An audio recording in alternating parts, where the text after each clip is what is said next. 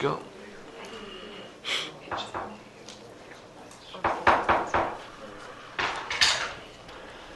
All right, good morning. Good morning, good morning.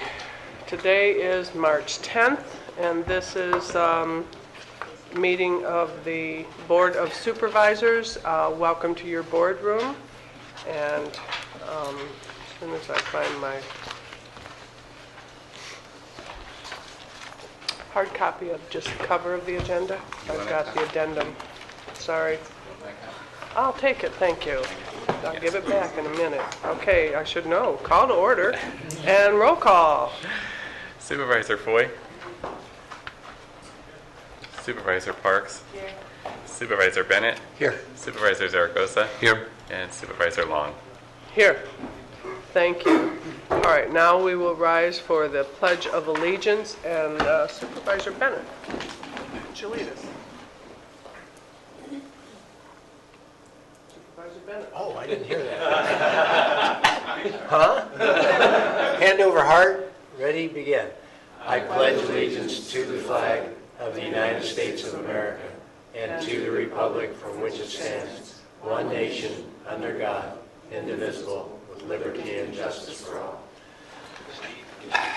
Thank you. Sorry. I have to tell that joke about I'll tell it. Okay. That reminded me of that story about the boy, you guys heard about that. He only had one line in the play, and that was, "Hark, I hear the cannon roar." He practiced it and practiced it and practiced it, and he finally got up on stage, and boom, the cannon went off, and he went, "What was that?" What was that? Thank you, Steve.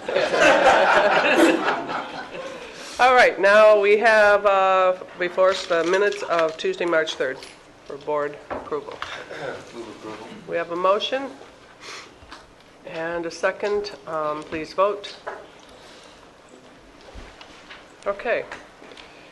And now we have, that's approved. Thank you. Now we have the agenda review. Mr. CEO. Thank you, Woman of the Year. Chair Long, sorry. Item 21, Supervisor Long, presentation from SoCal Gas Company regarding advanced meter project. A PowerPoint presentation has been submitted. Item 26, Public Works Agency, public hearing regarding sidewalk repairs and costs. A comment letter from Barry Gabrielson has been submitted. Number 27, Board of Supervisors, recommendation of Supervisors Parks and Zaragoza to direct RMA staff to report on benzene and oil wastewater. A comment letter from John Brooks has been submitted. Item 28, CEO's Office Fiscal Year 2015-16 Budget Development Manual, Internal Rates and Charges Exhibit 2 has been submitted. And then finally, there's an addendum agenda. Item 35, Public Works Agency, approval of an agreement with VRSD for operations, duties, and maintenance. A revised Exhibit 1 has been submitted. And all these documents have been distributed and posted to the web. And that's it. Okay. Any questions on that, board members? Need a motion to approve? So moved. There's a motion and a second to approve the agenda as revised. Please vote.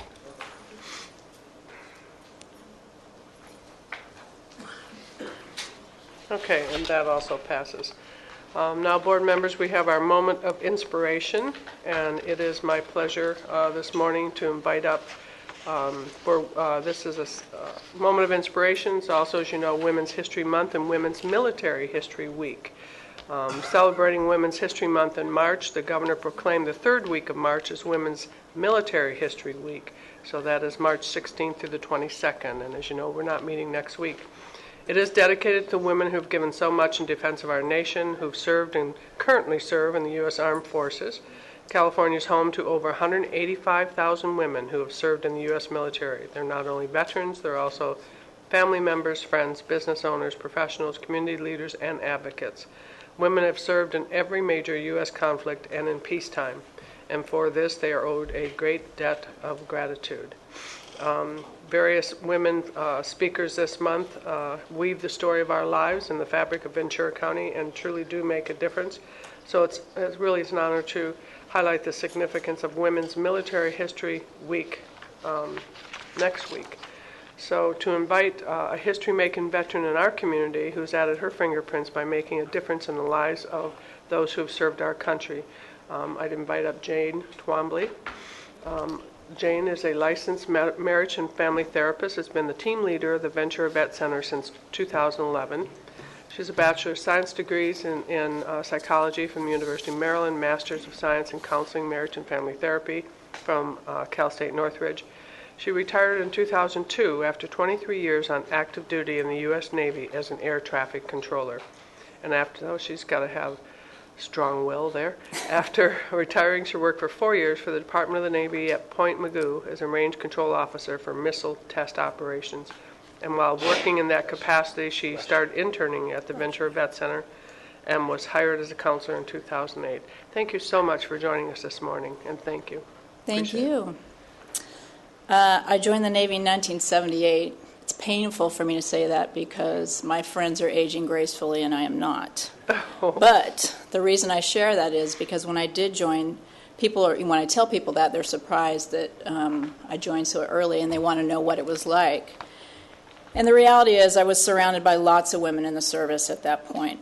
They were quietly doing their jobs, just like all the other military personnel. I was blessed to serve with several women who were ending their careers and heading toward retirement, which means they had been serving since the late 1950s or early 1960s. And when I use the word quietly, I don't mean passive. I saw them fiercely defend what they believed in, challenge the status quo, and mentor those of us who enlisted after them. For the most part, there was no us and them, men and women. We each had a mission to carry out, and that's what we did. There were many firsts for women during my career, which were very important, but it's the women I serve with that I remember most. I want to quickly share some local history. When I was stationed at Point Mugu during the 1980s, I worked with not one, but two women that had entered the military as air traffic controllers in the 1960s. Wow. We were captivated by their great stories and about their early experiences in the military. They were very different personalities, but they were both great leaders. The number 3 most senior enlisted woman in the Navy right now started her career right here at San Nicolas Island and Point Mugu. She is retiring this month, leaving her post as the U.S. Naval Forces Europe and Africa Fleet Master Chief. She's one of the strongest leaders I know, and I'm proud to say she's one of my best friends. During my second tour at Point Mugu approximately 20 years ago in the mid-90s, close to half of the qualified approach controllers were women. This is the Navy's most complex approach control facility. They weren't the first women to earn the qualification, but their numbers were stronger than they had ever been. My own active duty experience includes a life partner who is also retired from the Navy, and we raised 3 spirited military kids who are now fearless adults. I only share these snippets of my history to bring us into the present, where I am inspired every day by my staff and our clients. The Vet Center mission statement starts out with, "We are the people in VA who welcome home war veterans with honor by providing quality readjustment counseling in a caring manner." What I say is our focus is narrow and priceless. We provide readjustment services to veterans and active duty members. I want to stress active duty members also who've been in combat theater, served in combat theater. We provide services to veterans and active duty members who experience sexual trauma in the military. Additionally, we provide bereavement counseling to family members who have lost loved ones that were serving on active duty. As a team leader at the Vet Center, I'm honored to witness my team assisting our clients in a variety of ways. They provide a safe place for our clients to share their stories, some of them very painful. They work together with them to develop tools to manage symptoms of post-traumatic stress, and they support them as they develop goals and plans to keep moving in a positive forward motion.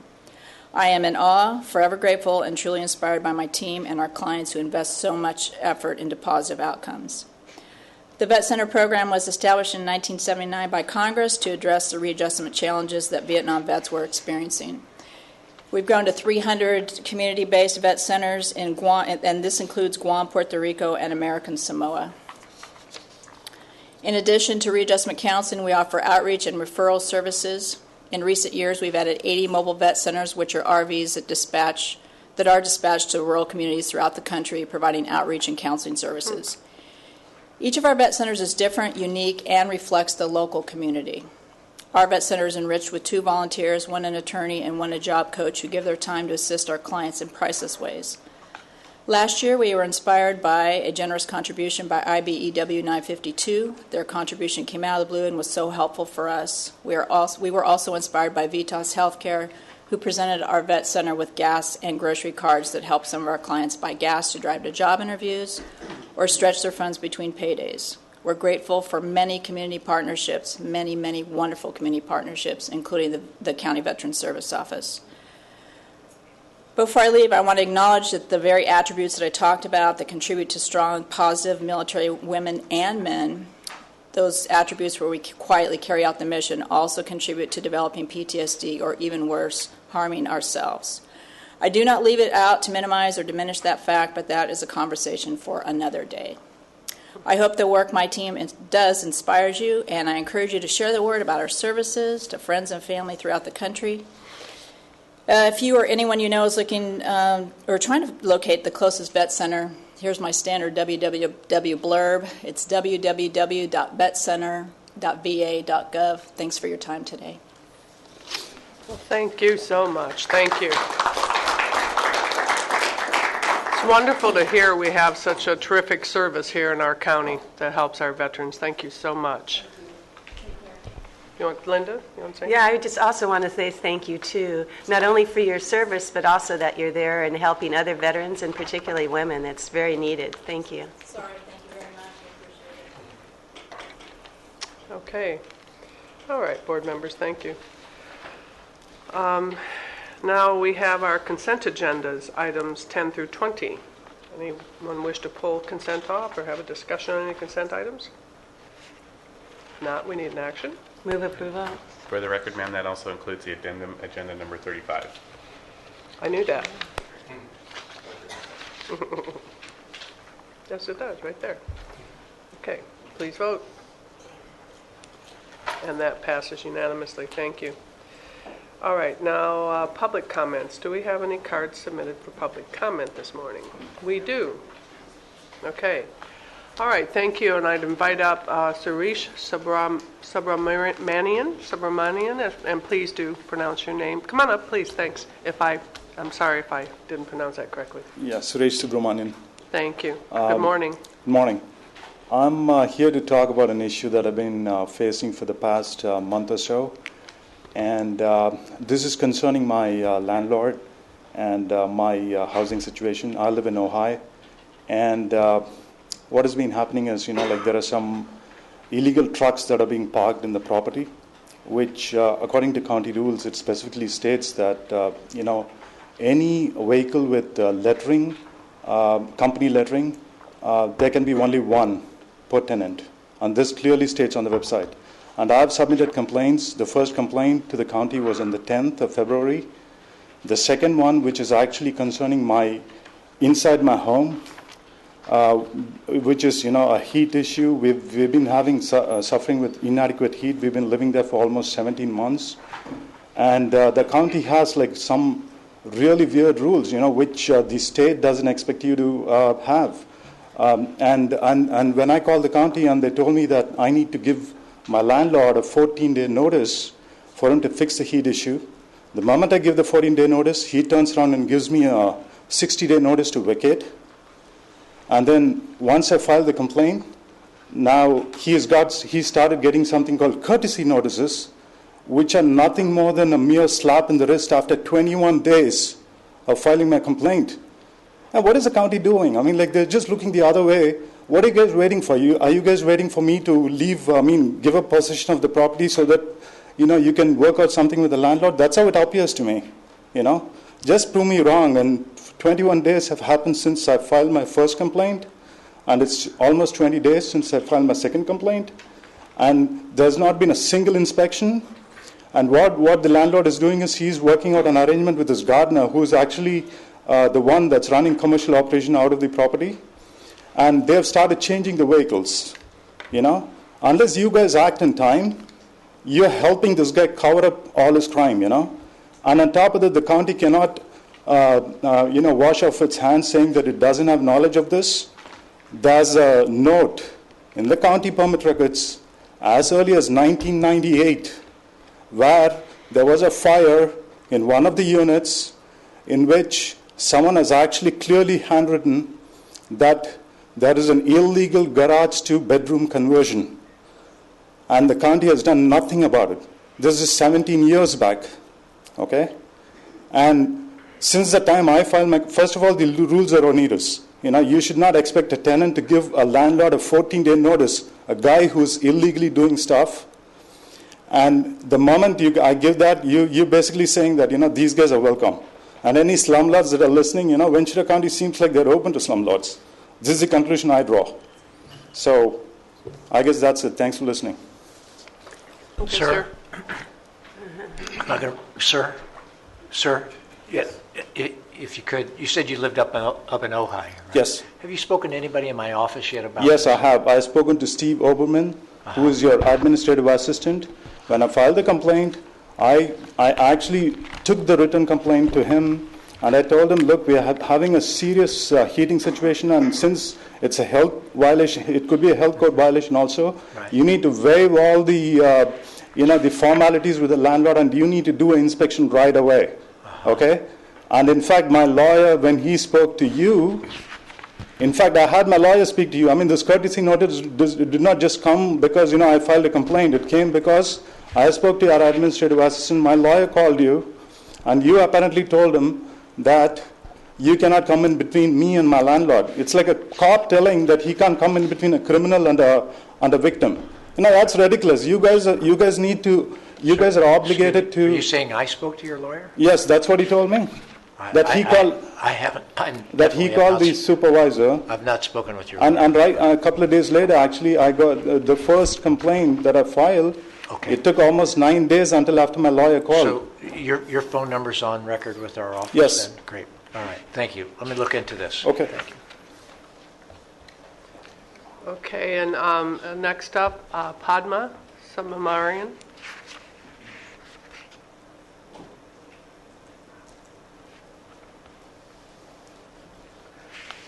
Good morning. Good morning. I'm Padma Subramanian.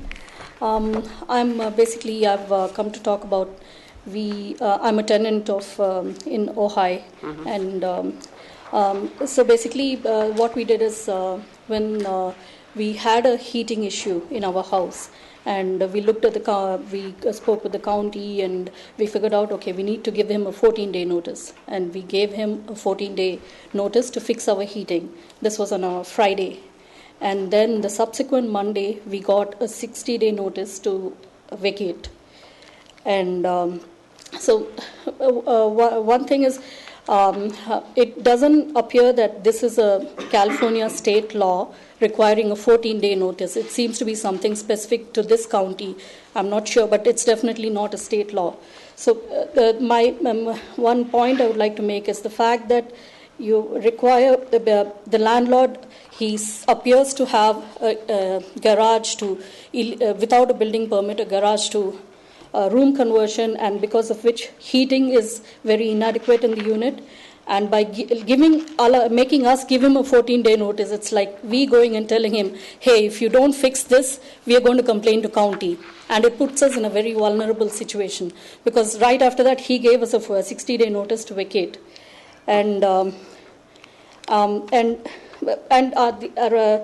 since about 20 days from when we complained about this bill to Building and Safety, after that we have received a courtesy notice, which is basically saying, telling the landlord, someone has complained about you. That's basically all it says. Look into it, and we will come back to you after 30 days. That seems to be what the courtesy notice is saying. So basically, it's the 14-day notice. 21 days from when we filed our complaint, this courtesy notice has gone out. And he's getting another 30 days.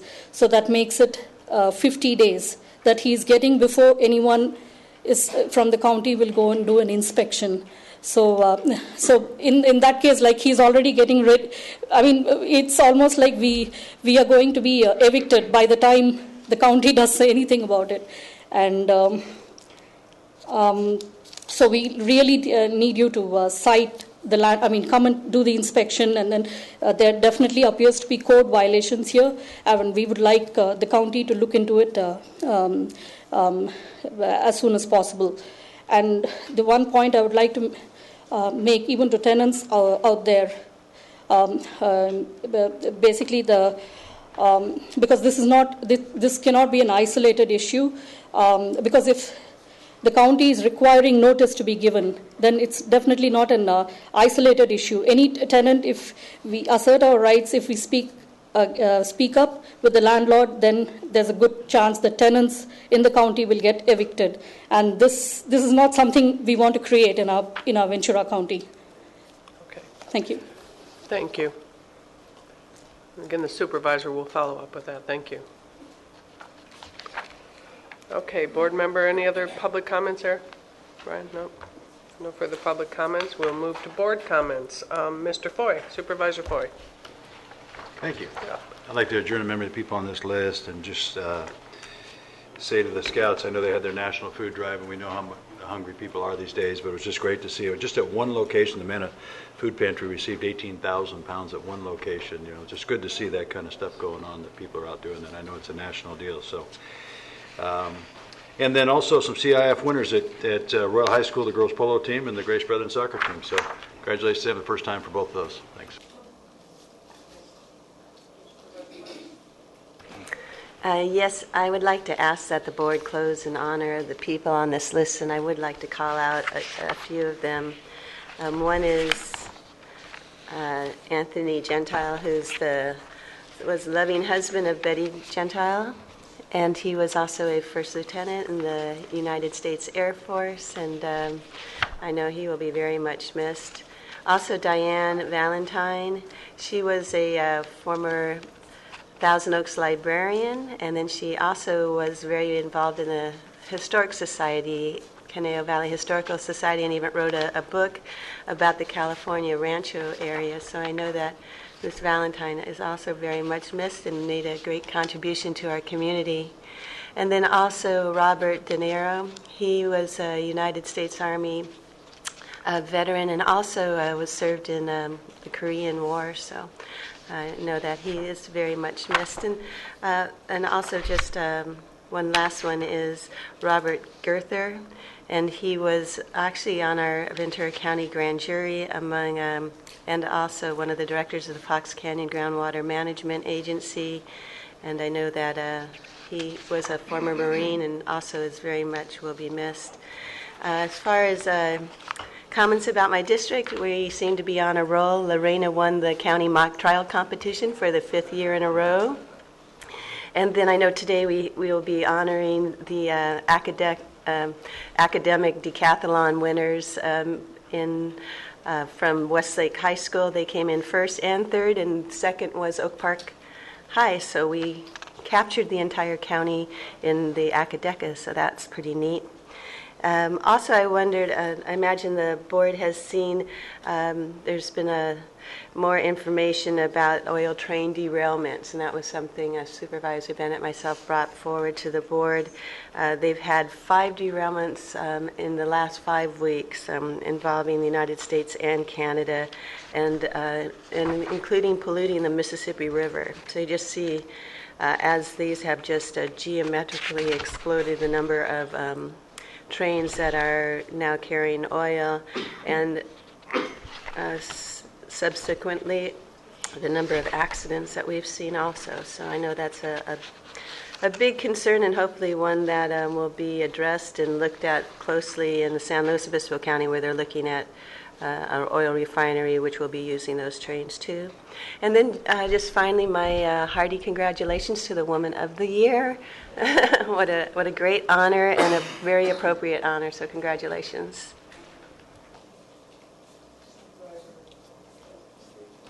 Thank you. I'd like to ask the board to adjourn in memory of the people on this list. As Supervisor Parks mentioned, I also saw recent media studies about the number of train accidents, oil train accidents that are out there. I was really pretty concerned when I saw that they predict that we will average 10 of those accidents a year as we move forward. So it is something I think that we have to pay careful attention to. There were 4 events that I was able to attend that I would like to call attention to. One, City of Ventura, the police and the Ventura Education Partnership launched a new Safe Schools Partnership Awards ceremony, and I think it's just great that those two organizations have gotten together. I was at the Probation Agency's 2015 Employee Recognition Program along with Supervisor Long, and you know, the sense of real commitment to the mission that you felt there was impressive, and so my hat's off to those people in that agency that they're just by the nature, by the structure of it, it's just going to be off the radar screen more than some other higher profile agencies perhaps, but nevertheless extremely important. There was a scoping meeting for the EIR for the levee that Watershed Protection District is planning to try to fill in the gap on the Santa Clara River, and I attended it, and the feeling I got when I walked out was I thought, you know, it's just good government. The process was very open, transparent. People raised questions. The staff did an excellent job of honoring those questions, trying to respond. People walked out and felt like they had been heard. The project's, you know, moving forward, and so just my compliments to Watershed Protection. And then, what's that? Yeah, it was. It was in Oxnard at the Marriott, and then Boys and Girls Club breakfast. Boys and Girls Clubs, it just reminds me of how essential Boys and Girls Clubs are in terms of a place for particularly low-income kids to go after school. And then to welcome Supervisor Foy back after being gone, I have this little PowerPoint that I have. And actually, this is a very positive PowerPoint, but this is just a real quick thing that I saw. I just want to call people's attention. Maybe he'll have it up by the time Supervisor Zaragoza is done with his comments, right? Well, we could come back to me, right? I don't see it up there, but anyway, if you can get the PowerPoint up, please, right? All right, go ahead. I'll leave it to. Yeah. Sure. Thank you. And I just want to share that my staff attended the Oxnard Strawberry Festival poster unveiling the other day, and it was great. You know, the Strawberry Festival is going to be Saturday and Sunday, May 16th and 17th, 10 a.m. to 6:30. And it says, bring the whole family. We're going to have a very good time, B-E-R-R-Y. Good time. And number two, I walked with this optimist the other day that stopped a human trafficking event at the First Presbyterian Church in Oxnard. Very informative project that these optimists are doing. Supervisor Bennett joined us later on that evening, and there was lots of speakers and survivors of human trafficking. I was also interviewed by the radio and TV station, English and Spanish. The interview went well. We talked a lot about the drought in Ventura County and also our cities and some of the challenges we're facing here in the county. And again, behavioral health issues were very important, and pesticides issues were very important to the community. And it was one of those interactive, they called in and asked questions and so forth. Additionally, I had the opportunity to go gear up for RDP 21. We'll be heading out, the supervisor and I, Supervisor Long. And yesterday we met with NAV Air officials over at Point Magoo to find out some of the concerns as we have on other days also. It was very worthwhile planning meeting. And again, also I want to congratulate Supervisor Long for, you're the Woman of the Year for the 44th District. And congratulations. And again, I'd like to adjourn in memory of the folks on this list. Well, thank you. This article was in the Los Angeles Times a few weeks ago, and I just think it highlights sort of our changing society that's out there. But what they basically found was that men's brains actually change if they get involved in caregiving of young children. And then I only have 2 slides here, and the second one, just this real interesting slide that, and I'm sure people who have gone through this understand this, and for those, parenting a small child requires the forethought of a crisis planner, the reflexes of a professional goalkeeper, the energy of a cheerleader, and the empathy of a therapist. But just the fact that there are more and more men that are involved in this is just one of the things that's overall a healthy thing for our society. We have all kinds of things, changes going on. We have more women going to college than we have men going to college. We have more men starting to do this, and it's overall real healthy, and I just wanted to point that out. Thank you very much, and congratulations to our Woman of the Year. All right, thank you, board members. And I'll start with that since it was just yesterday. I was very honored, and it was Assemblywoman Jackie Irwin selected me, and I traveled up to Sacramento, and they have quite the efficient and organized event to celebrate women all over the state. 88 assembly districts, 88 women, and their stories are phenomenal. I mean, there was a young woman there at the young age of 95. She was the first African American teacher, and they're in Stockton, and there's a school named after her. And she was there, and it was just the entire room just stood up and applauded her. And anyway, some of the stories of achievements of the women were outstanding, and they provided us a book of everyone who was honored, which is nice to have. And then there was a luncheon that followed, and the Women's Caucus sponsored that, and our own Senator Hannah Beth Jackson is the chair of the Women's Caucus, and it was wonderful. It was very nice. I'm very honored and appreciate those who were able to attend. And that's the plaque they gave all of the members. I think that's nice that they don't have all the whereases. It's just a very straightforward, very nice. This is Women's History Month, and they also provided a March calendar, March Women's History Calendar. It's produced by the California Research Bureau of the California State Library. And so today is March 10th, and it has a picture of women who are organized around a table.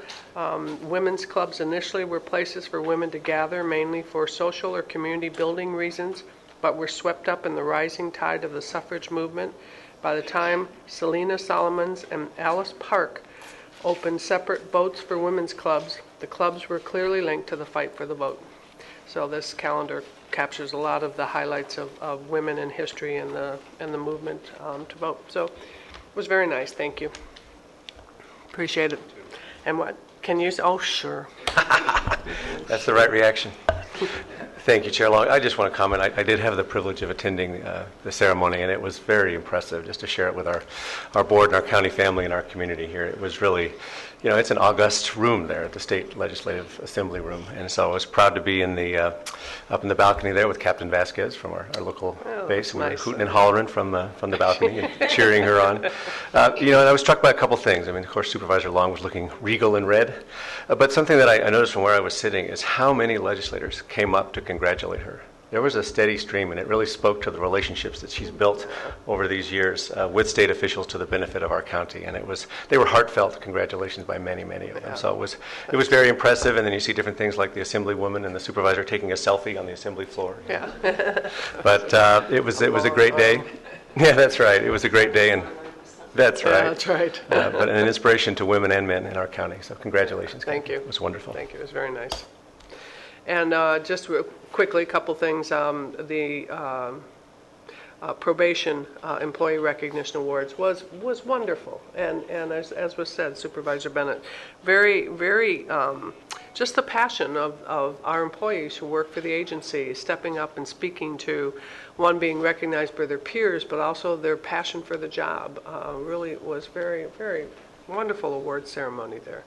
And then, as was mentioned by Supervisor Zaragoza, we will be traveling to a warmer Washington, D.C. on Sunday for the Regional Defense Partnership Community Annual Meeting to go and meet in the Pentagon and on the Hill with folks to support our naval base, Ventura County. So we'll be out of the box for 5 days, so hopefully warmer D.C.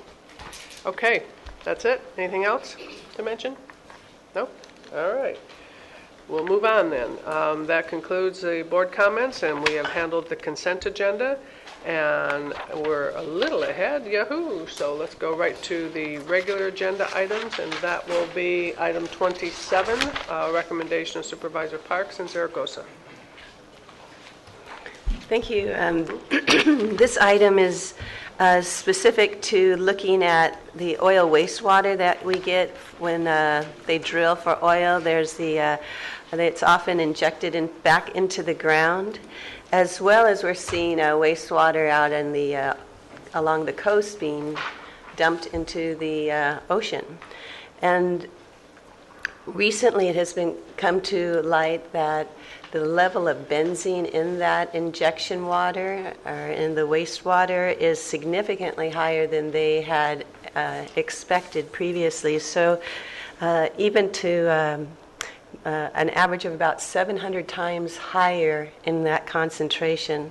And we know that benzene is a carcinogen, and particularly when we have out in, including the Oxnard Plain, saltwater intrusion and water wells being drilled ever deeper with this continuing drought, there's an increasing challenge to protecting our water resources. Couple that with the fact that the agency that oversees the wells, Dogger, has found to have records that are incomplete and not being able to appropriately monitor the wells. And we have the same situation happening with the agency that oversees and monitors the coastal effluent coming from these offshore oil drilling, and that there is also a deficiency in oversight and keeping track of those offshore operations. And we know that benzene can also impact marine wildlife. And I think to make a point and to get more informed, we as a board should demand that we find out the level of benzene that is being injected into the ground and being discharged into the ocean. And if that level is high, that we need to know what the extent of it is and if it has an impact to public health. So Supervisor Zaragoza and I are both asking that we ask our resource management agency to report back to us and inform the board if benzene is part of the fluid that's going into injection wells and being discharged in the ocean, and if so, to what extent and the potential impact. Yeah, thank you, Supervisor. And I'd like to join the supervisor. As she mentioned before, the information that we have is the flowback fluids of the fracking contain benzene level which is thousands of times greater than the state and federal agencies consider safe. And it was mentioned too earlier that the average benzene that's been injected is 700 times higher than the federal standards. And to me, that's alarming. That's really alarming because that's our drinking water, that's our water that we use for ag, and it's important that we have the proper information. In fact, in the report, it says the EPA called the state's errors shocking. That the agency's regional director of the California Oil Water Injection Program has been mismanaged, and to me that's a great concern when, especially in the Oxnard area and out at the channel, in that we're dumping billions of gallons of water with benzene, and to me that's alarming. So I really like to join the supervisor and have an RMA look at this and come back with a full report to us regarding the benzene in oil drilling and wastewater here in the Oxnard area and in Ventura County for that matter, and out at the Channel Islands also. So I agree, and according to the report, Dogger's not doing their work. So I believe that we to look into that too, and I think it's important that we protect our water for the safety of our residents, and also the water for the safe irrigation of our crops here in Ventura County. I know for sure that, I've been told from a property owner that they are doing fracking also out in the Oxnard Plain, and then that water's injected back into the ground. So it is important, particularly with crop irrigation, and they're also finding that wells, particularly in the Kern County, are being injected into potable drinking water aquifers. So we need to find out that information here in our county too. And I want to share too, this has had nothing to do with jobs, it's nothing to do with stopping with the number one crop and that we have here and job provider here, our ag community. It's important that we protect that ag and also protect our families. Absolutely. Supervisor, I have a question for you. You said you've been told by property owners in the Oxnard Plain. specific, do you have specific property I owners? think maybe we should talk about that. Well, I think you can't say that unless you can give evidence of that, because a lot of hearsay and a lot of things, so. Well, I have concern, because I cover yes. part of that too, and I would be concerned, I've not heard from those property owners. I'm not saying that isn't occurring, I'm just saying I would like to have more information, and I'd also like to, if we could have Mr. Stevens step forward, a couple questions I have for him.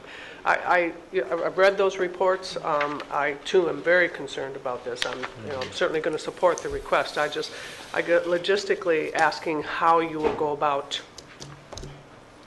doing this, and is there, you have a time period for the report back? There isn't a time No. period, and Okay. obviously there's a lot of investigation going on now, and it's going on in different realms, like how close they are to aquifers, but I think I'd like to know, obviously we're looking at And we the also level have- of benzene that's specific because of the harm that it does. Yeah, no, I agree with that. And this kind of correlates with what's happening over with the pesticides and drill mesa, but this benzene, the information that I have here is just really shocking. So, Yes. Chair Parks, members of the board, for the record, Chris Stevens with the Resource Management Agency. We will necessarily have to rely upon a lot of the information that's collected by Dogger, who regulates this onshore, and I would imagine a Mineral Management Resource Agency at the federal level that oversees the offshore platforms. Don't have a lot of experience working with them on that issue, so we're going to have to be probably starting from ground zero to try and collect that information. So we will be relying upon the work that they're doing. I think what you've been reading are these articles about their efforts kind of statewide, a lot of them focused on Kern County, of course. We'll probably be gathering a lot of that information, then trying to winnow it down to focus on what's happening in Ventura County for you, so that it'll be hopefully easier to understand and a little more focused on our concerns here.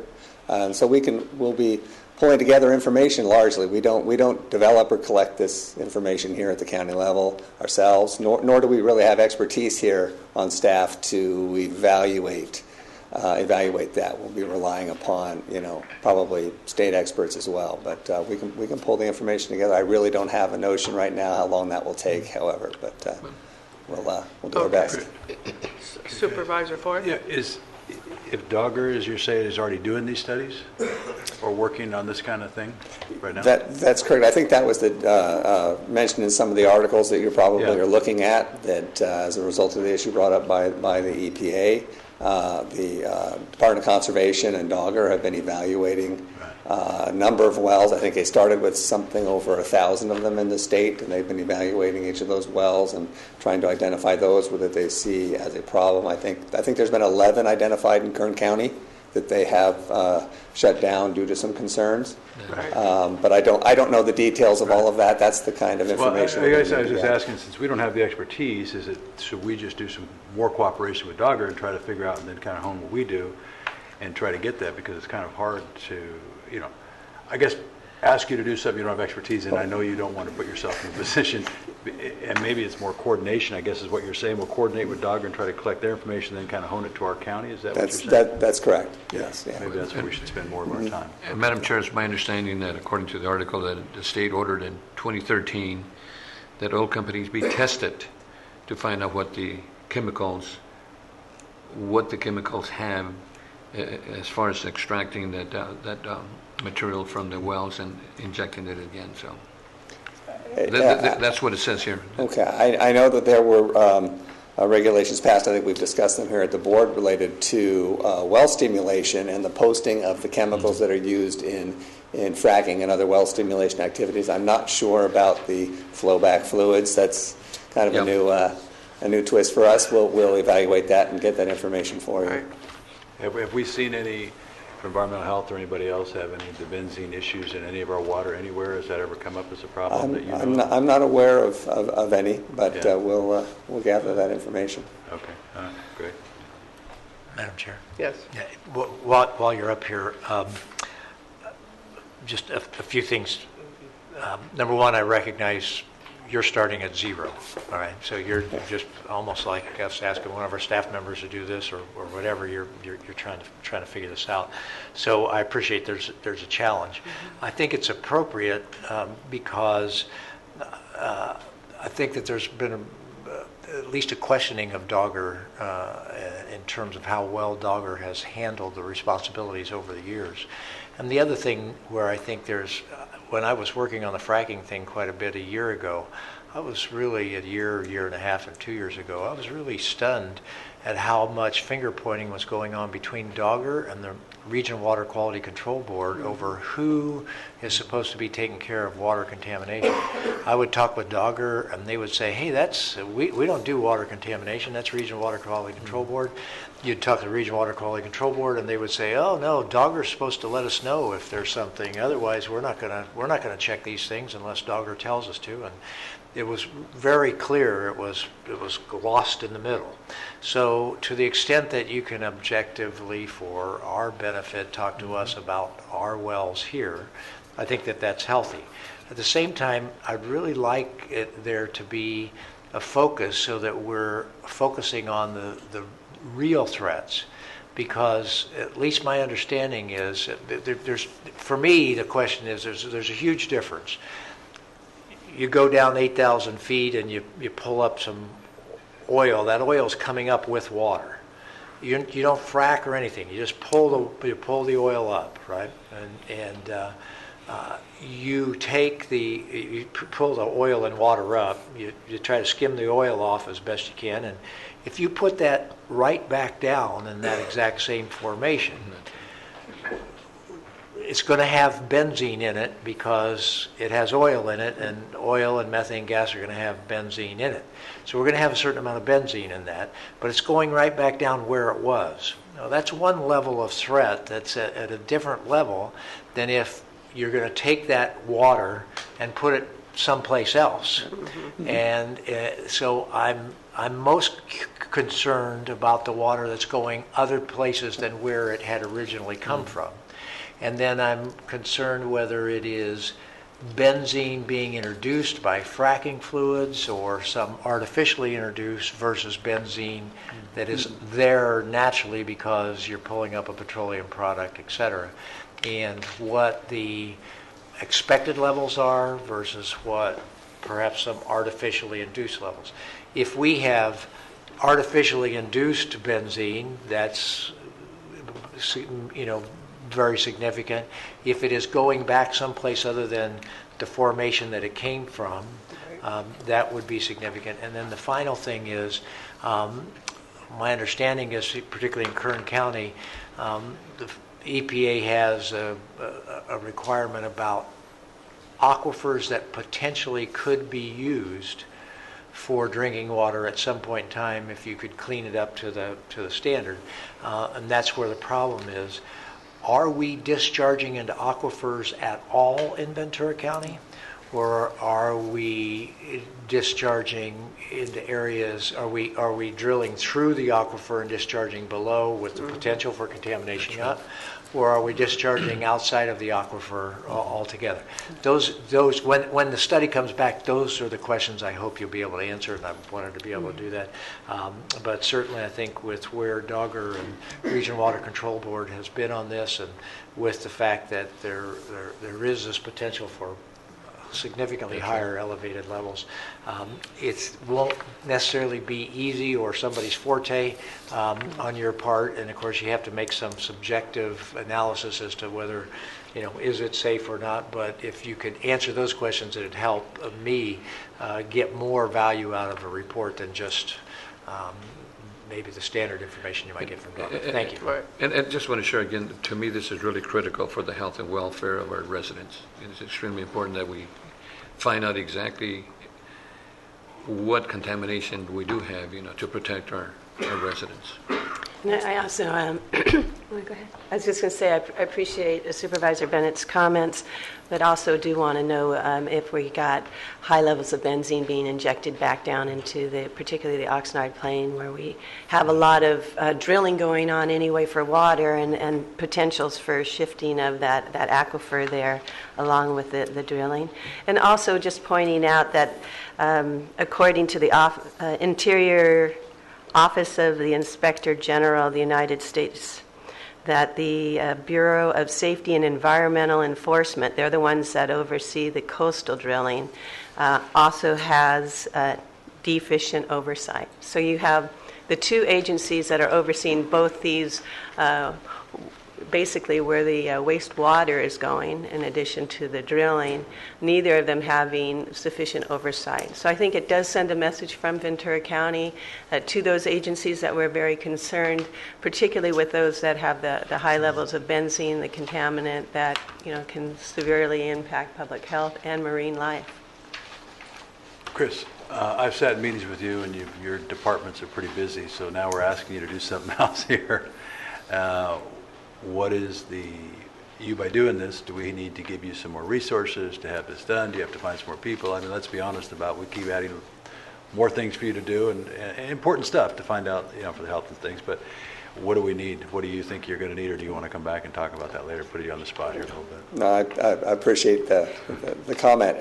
That's, as Supervisor Bennett described, we're kind of starting at zero. I think we need to make some initial, forays and discussions with these agencies, see where we're at, and we may be able to work this through. It may take us some time because we don't have the staff resources to throw at this, full time, so to speak. But we may also find that there's some additional work, and maybe we will have to return and ask for some resources. But I think for now we can set out on approaching these agencies and see what they have and how much work is involved. And Madam Chair, I think it's probably it's additional work for you, but it's our responsibility to take care of our residents, and I think it's important that we do that. So okay, we could we have speakers. And just in comment to your last comment, that was my thought. If in this analysis you come forward and say we really need to have X to do additional analysis for us, then that should be brought to the board for our discussion and action on it. Because we know you are full plate, but this is obviously when the public loses trust in the agencies who are supposed to be overseeing these operations, then that's a concern, particularly when it's noted that it is occurring in potentially the same issues in our county. So, okay, let me ask the public speakers to come up. Thank you, Chris. Greg Sefane.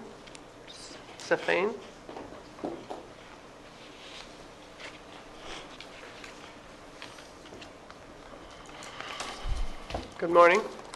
Good morning. How are you? Good, thank you. And I also congratulate you on becoming one of the year as well. Good morning, Madam Chair and fellow Board of Supervisors. My name is Greg Sefane, and I represent Veterans for Energy Independence. We are a coalition that support local policies that allow for continued domestic energy production. We represent business groups, including local chambers of commerce, taxpayers, and others that understand the importance of local energy production. Oil production has been a vital part of Ventura County's economy for almost 100 years. In Ventura County alone, it accounts for more than 12,000 jobs. Despite alarmist claims by activists, California has the strictest environmental regulations in place, allowing us to produce oil and provide jobs and revenue in an environmentally responsible way.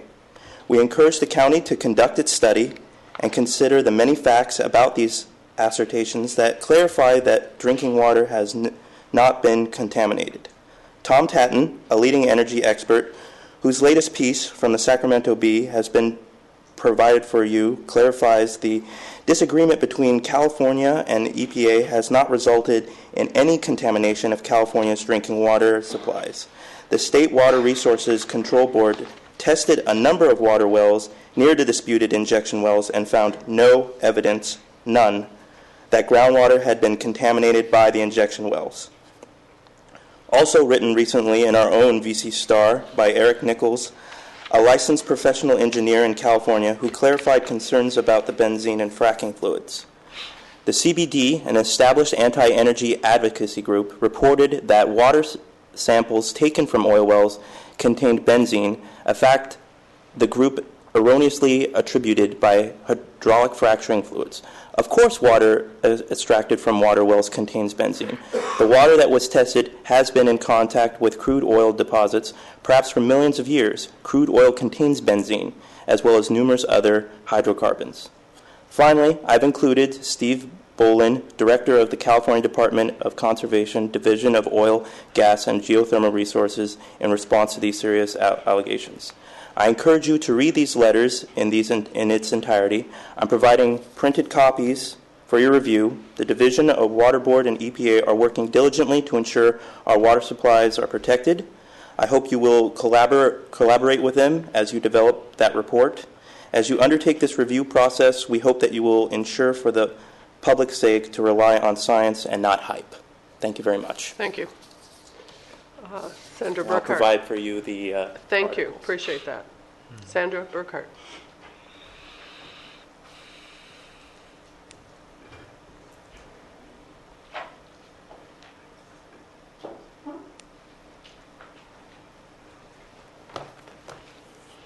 Good morning, Chair Long, members of the board, CEO Powers. My name is Sandra Burkhart, and I represent the Western States Petroleum Association, that's WSPA for short. WSPA is a nonprofit trade association representing companies that explore for, produce, refine, transport, market petroleum products, and natural gas in California and 4 other Western states. WSPA understands the board's desires to learn more about injection wells and produced water disposal in Ventura County. As staff moves forward with their research, WSPA would like to make a few points. First, to date, there is no evidence of any groundwater contamination of drinking water aquifers in the state of California. Second, there is a state work plan to address underground injection wells, which I've included in the packet I just handed to you. I encourage you to review the February 6th work plan letter from the State of California Division of Oil, Gas, and Geothermal Resources, DOGGR for short, and the State Water Board to the U.S. EPA regarding California's underground injection control program. The letter provides in-depth details for a path forward through appropriate regulations. Third, State Supervisor Steve Bolin provided testimony under oath at the Senate Natural Resources Oversight hearing, pointing out errors in the recent LA Times article and the cited study by the Center for Biological Diversity, interpreting key data points. There is no evidence that benzene is used as a constituent of fracturing fluids. Benzene is, however, a naturally occurring element of hydrocarbon reservoirs. Mr. Bolin provides greater detail in his testimony. Again, that's included in your packet. Fourth, I've also included in the packet several articles from experts in their fields disputing claims of benzene contamination and other inaccuracies in the media. Flawed studies should not be viewed as conclusive evidence. Finally, WSPA would encourage county staff to attend the March 24th DOGGR State Water Board EPA workshop in Long Beach to specifically discuss the underground injection control program. Rather than duplicate efforts, WSPA would encourage staff to work with DOGGR and the State Water Board as the agencies with primary regulatory authority. WSPA members are committed to protecting California's groundwater resources and to working with agencies to ensure that our operations are conducted in an environmentally protective manner. WSPA appreciates the opportunity to speak today. Thank you. Thank you. Appreciate the information you've provided. I, too, appreciate that you give us these articles instead of just talks. That's great. Thank you. Madam Chair. And I also would agree with having staff attend that Long Beach workshop. Yes, Supervisor Yeah, Boyd. Madam Chair, I agree that we need to jobs and support jobs, and the oil industry provides a lot of jobs. My whole concern here is the water resources are critical health and welfare to our residents, and I believe that it's a lifeline item, and we need to, once we get the report, if the report comes back and is satisfactory, then we can go from there. But it does not hurt to make sure that we don't have that benzene that's going to affect our residents and our ag community. So I think that's the important issue here more than anything else to me. I mean, that's extremely important because that's a lifeline item for me. And I would also say I appreciate the information. I know some of these letters from DOGGR that you've provided, 2012 and all. Since then, there's been so much information about their complete failure to be able to keep track of their records and having the information that we need. So I'm delighted that we will be able to look forward to seeing what kind of potential we have for contamination, particularly benzene, going in both for crop irrigation or aquifers for drinking, but also for ocean when we have it going out there being discharged from the platforms that are fracking. So with that, I'd like to go ahead and make the motion. There's a motion and a second. Please vote. And that passes. Thank you. Appreciate the information, and thank you. Next up, we have item 28, and it's acceptance of the fiscal year budget development manual, internal rates. Morning, board members. Paul Dursey from the County Executive Office. This morning, another step in our budget process for the 2015-2016 budget. And we're asking that your board accept the budget development manual for departmental use, accept the internal rates and charges that are in the budget development manual, and the actual rates and charges will be actually officially adopted when we adopt the budget, when your board adopts the budget, and then approve our office to make corrections as we go through the process. We've also added our outline of the dates involved for this year's budget process, including a preliminary discussion 2 weeks from today. We do have, on page 2, we have some real high-level outline of some of the highlights of the budget development manual, including secured property taxes. We expect to increase by 5%, and we had some discussion on oil, and we would have expected that secured property tax actually go up by more than 5% this year, but the price of oil, which we saw at the gas pump during January-February timeframe, impacts the property tax valuation. So the oil taxes actually this year we expect to go down, or the assessor expects to go down. So that's impacting our overall property taxes. So right now we're assuming that it's going to go up by about 5% on the secured property taxes. Hopefully it's not a shock to anybody that retirement rates are increasing again next year. We expect those to stabilize and cap out and actually tick down a little bit in subsequent years, which is the good news in the long term. GSA and ITSD rates slightly increasing next year after several years of actual decreases in their rates. So that those have come back a little bit. Cost allocation plan and workers' comp are increasing slightly in our general liability, as we discussed. The ISF rates, all those rates were discussed last week, and hopefully none of this information in here is new to you as far as the ISF rates. Again, we're asking that your board approve this document for use in the budget process, and there's an overview of the budget development manual itself on Exhibit 1, and then Exhibit 2 would have been the budget development manual. I'm sure you've all absorbed completely and understand everything about it. So if there's any questions, we have Kay Mann, who actually put together the budget development manual, to answer those questions. Okay. So appreciate Thank you, Mr. Dursey. Questions? Any questions on it? So it begins, though, huh? Yep. Right? We're off and running. Time to get serious about the budget. That's right. Thank you. Just Okay. appreciate the transparency in the process. Okay. So we have the item before us. Motion and second on the action. Please vote. Thank you. And that passes unanimously. Thank you, Mr. Dursey. And so it does begin. All right, we still have some time here. Item 29, Supervisor Bennett. Yeah, I'd like to recommend that we appoint Sid White and Dan Jordan to the Behavioral Health Advisory Board. Just got these two appointed, filled up my allocation, and got a letter of resignation from another one of the members on the Behavioral Health Board. So I'll have another opening, but happy to get these two gentlemen. I think very qualified for the board, so that'd be my motion. And I know they're always looking for ethnic diversity, too, as we look. Good. Motion and a second. Please vote. And that passes unanimously. And then what else do we have to finish on the regular agenda there before 10:45? Nothing? All right. 5-minute cup of coffee. Let's go do it.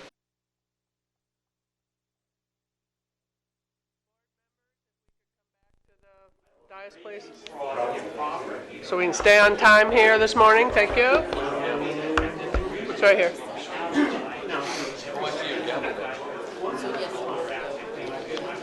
Guess I'm going to have to use it, huh? We could come back to the dais, please, board members, so we can stay on schedule. Thank you. Unruly group here.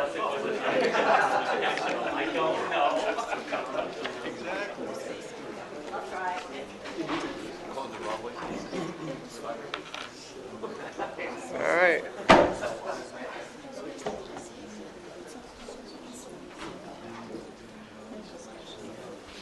All right, I've got 3 of us. We can start now. Yes, we can. All right, board members, we'll get underway. I know we have the next 45 minutes are packed. And we're going to start with our time certain item 21, which is to receive a presentation from the Southern California Gas Company regarding the advanced meter project. And very happy to have with us Maria Ventura. Yeah. Good morning, county supervisors and county staff. Again, my name is Maria Ventura. I'm the Public Affairs Manager representing SoCal Gas here in beautiful Ventura County. And I understand previously my colleague, Michelle Pettis, provided an overview around the Advanced Meter Project. I'm here to provide an update to that information. So, what is the Advanced Meter Project? In a nutshell, it's an upgrade to our gas metering system. Currently, what we have now is people, the monthly gas meter reader comes around and reads the gas once a month, and then we provide a bill. What the Advanced Meter Project is, it's an automatic read of that information. So back in 2010, the California Public Utilities Commission authorized this project, and as I mentioned before, it reads our gas usage information automatically, and it's going to allow residents, customers, whether they're residential and business, to learn about their gas usage on a next day basis. So instead of having to wait for a month to get your gas bill, you'll be able to see what gas usage you've had from the previous day. Your monthly bill, as I mentioned, and now, so if I'm a business owner, I'm able to see the amount of gas that I'm using on an hourly basis, and the aim is to help customers, whether they're residential or businesses, help modify their gas usage and perhaps save money. You get the information, you save money, and one of the key components is help the environment. This is one of the missions of the California Public Utilities Commission, is that they wanted all public utilities to help with the environment. So in particular with the Advanced Meter Project, we're taking 1,000 trucks off the road, and that takes off a lot of the carbon footprint in the environment. So how does it work? So here's a picture of our gas meter, and the Advanced Meter Project, what it is if you see that faceplate, we're going to be adding a radio communication device to every meter. In our service territory, that's about 6 million meters throughout, and the Advanced Meter Project, there's 2 phases. The first phase is installing our network, and the second phase is actually updating our individual gas meter. So what does the Advanced Meter do, and what does it not do? We don't have the capability of going into someone's home, for example, with this technology and turning off people's appliances. The device is turned off most of the time. Literally, it's on 2 minutes per year. So it's read, the gas usage information is read 4 times per day, nanoseconds. So throughout the year, that's 2 minutes per year. And there's a photo of a battery. That's a lithium battery that will power this apparatus for 20 years.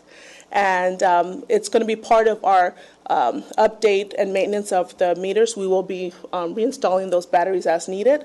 And as I mentioned, the Advanced Meter does not communicate with appliances in the home. It literally is a communication from the meter to the network site to SoCal Gas. And here's a picture of what I mentioned. So you have your meter, it communicates your daily collector unit, Southern California Gas, and there's different ways that we have right now where residents and businesses can help potentially save money. The aim is if you're aware of your usage, then you can curtail your usage, possibly save money and save on energy. I wanted to talk about the network and then also the upgrade to the individual gas meters. Before you do that, I just want to mention here, I just want to compliment the gas company. When the smart meters came out, we had lots of controversy, and I think the gas company's really done an excellent job of creating something that doesn't cause alarm bells. I mean, something that's on 2 minutes for the whole year, I think gives people a much greater sense of comfort than some other things. So you've done a nice job with that part of the program, so I just want to say that. Thank you, Supervisor. So the two-prong approach, and I will piggyback on your comment, Supervisor Bennett, with the community outreach component, because we do believe here at SoCalGas it is very important to inform residents and businesses of the technology, what it is and what it isn't, because it helps keep people informed, and it creates less of an alarm or a panic when people know what it is. So the network sites, what I'm going to mention is, and I do have a slide later on that shows on a map what they are. There's 74 sites, and currently we have installed 19 in the county all throughout. We have a few, about 2/3 of the way to go. That process is working well, and I also want to provide a compliment working with county staff. That's been a really good experience. That dialogue of, we'll identify a location, the county staff will say this is agreeable, this is not agreeable, the rationale behind, and we do that back and forth so we can find the best possible location. And once we do have a site, go out to the community, speak to the elected officials in the area, and have them also be well informed and know what the locations are, hear their feedback, and then we'll go also and knock on residents' doors and hear their thoughts and feedback and explain to residents why a certain site is identified, because we have certain parameters within our network, but also try to, I kind of describe it to people as we try to find the best possible solution. Where is the best place in the community, and also if it can work with our network, that's what our goal is. So that's the data collector site. The upgrade to the gas meter, that is going to take place in fall of 2015 and also first quarter of 2016. And that process involves residents will receive a door hanger, they'll also receive a letter, and so that they're aware that there will be a technician that will come knock on their door, and it takes about a 10-minute process. They're literally just removing the faceplate, adding another faceplate with a communication device, and they're done. And something I'm particularly proud of is... Maria, Madam Chair, if they're not home, you're still going to place a unit on the... Okay. We will place a unit as long as we are able to access it safely. Because most of the gas meters are, accessible to the gas meter personnel. Absolutely. Okay. And that's why we leave the door hanger in the letter so people know to leave their gate open, to restrain their pets if they have any. There are instances where we may not be able to upgrade it for several reasons, and then what we'll do is we'll have another team come back later and upgrade that. So, okay. And here's a view of what our network site looks like. They're mostly pole mounted. Throughout our service area, we have a need for 4,000, and we're working through that. We're working here in the County of Ventura. We're also working and have fully installed in, for example, City of Ventura, Simi Valley. We're working with the City of Oxnard. We're working currently in Thousand Oaks. So the county and also surrounding cities in the county, we're currently working. Here's the map I talked about, kind of the sites that are in the unincorporated part of Ventura County. We have a few other sites that are in Caltrans property or on private easements that aren't on this map necessarily, but this is what we have in unincorporated Ventura County, sorry. And I have this photo here. This slide here talks about the radio frequency. That may be a question that comes up. Again, this technology is on 2 minutes per year. It has considerable less radio frequency than everyday things we use, cell phones. I know I have an iPad, things of that nature. And here's just another chart that kind of compares the baby monitor and the headset and different other technology we commonly use. And there's my contact information. And yes, my last name is Ventura, and I work in the County of Ventura. So I hear that quite often. So there's my contact information. Community members, county supervisors, county staff. Anybody has a question, SoCalGas related, I am the contact, and I want to be of service. So if there's any questions, I'm happy to answer them. Great, thank you. I think the only problem, my dog's going to miss the guy coming by. You think? What is he going to do now? Yeah, that's or right. she do? Who can he bark at? I Or also she? want to thank you for the transparency. You've worked with the different municipal advisory councils in our area, and you give them, there's even a choice of poles, and I know like in Santa Rosa Valley, they want wood poles with owl boxes on them too, so we'll see what we can do for them, but I do appreciate that you're giving us that level of detail as to what it will look like on the street and what kind of pole will be used, and for the most part, they seem to be pretty innocuous, and that's what we want. You don't want to have these things sticking out like a sore thumb, so thank you. Thank you. Other shots? Chair, when we talked, I think you talked about the displaced employees that are going to be trained for other work within the gas company. So you're not going to lose any personnel at all for that. And that's something I'm very proud of, to say there have been no layoffs. That's one of the questions we receive. But what about the meter readers? Exactly. Our technicians that are installing the upgrade are our meter readers, and they have such a wealth of knowledge and experience with the gas company that will train them into some other capacity. So there will be no layoffs because of this project, and that's just the kind of company SoCal Gas And you is. said 2 minutes is the amount of time it's going to take per year. You said nanoseconds? In nanoseconds. The My read. goodness. Yeah. Thank you for that. In nanoseconds. Yes. Thank you. Just to thank Ms. Ventura from the get-go, from her day she started, she's been great about reaching out to the county staff here and really been open. So really appreciate it. Thank you. Thank you. Thank you very much. Thank you. Okay, board members, that's a receive and file action. We have a motion and a second. Please vote.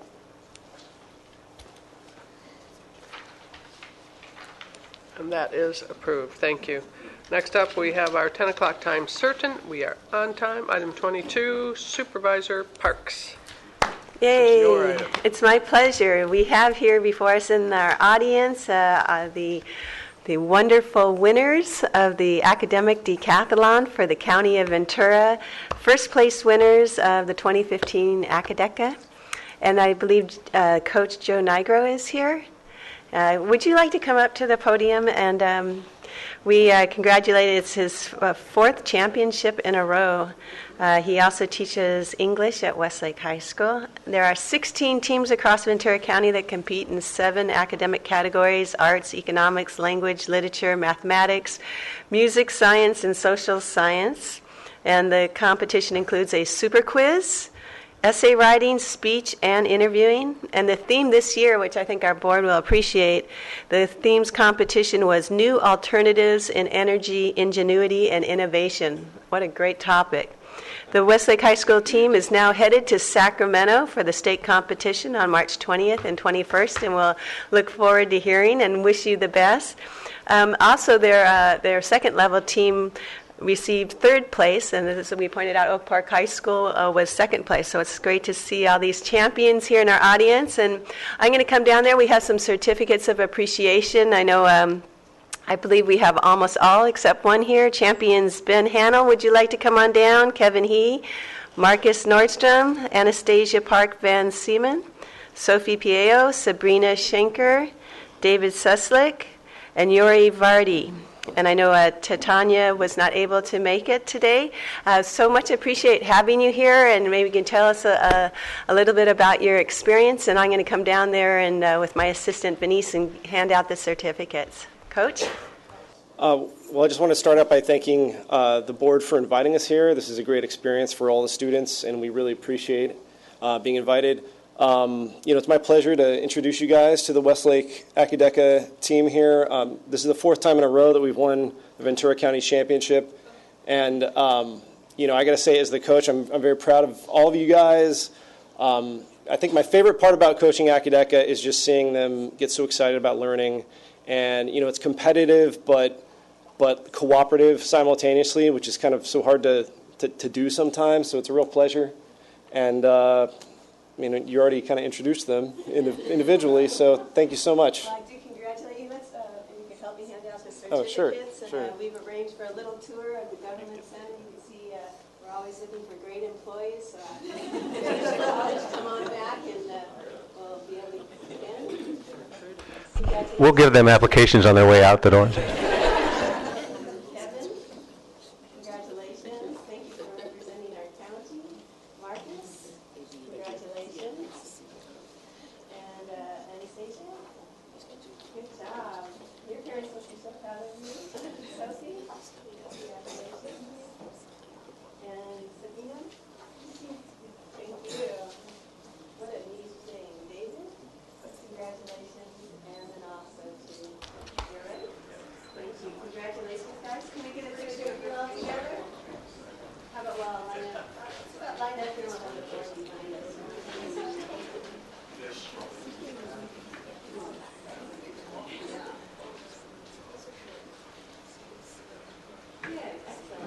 They know how to line up even, Steve. You can tell they've done this before. Yeah, tall guys in the back. Yeah. So here we go. 1, 2, 3. 1, 2, 3. And hold it. Thank you. Thank you so much for coming. Congratulations. Very proud of you. Wish you well.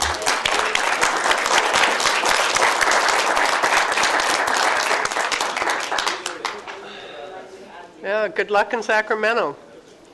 Very proud of you. I know it's a lot of hard work. Thank you.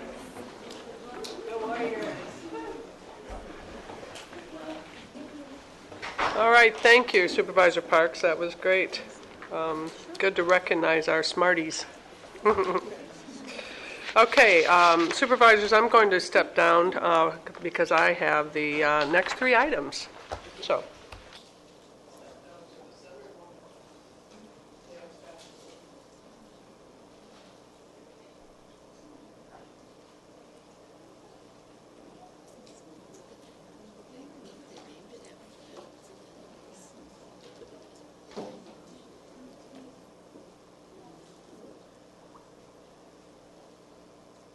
Okay. Well, good morning. Thank you for being here. It is a pleasure to be able to present these next 3 recognitions.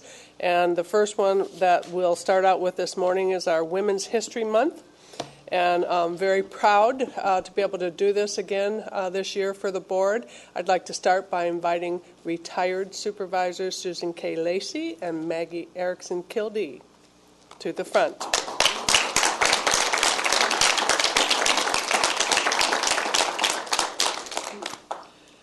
As some of you may know, the board took this action to proclaim March forever and ever in perpetuity as a Susan K. Lacey and Maggie Erickson Kildee Women's History Month. And thank you for joining us this morning. Very honored to have you both here. We have lots of folks here joining us from our very powerful and engaged and strong women's organizations in our county to recognize this Women's History Month and to ask that you join in celebrating this month. It's observed under the 2015 national theme as Weaving the Story of Women's Lives and honoring extraordinary and often unrecognized women who do great work in our county and across our nation. Determination and tenacity of women is evident every day in our lives, and against social convention and other legal restraints, women have created a legacy that it expands the frontiers of possibility for generations to come.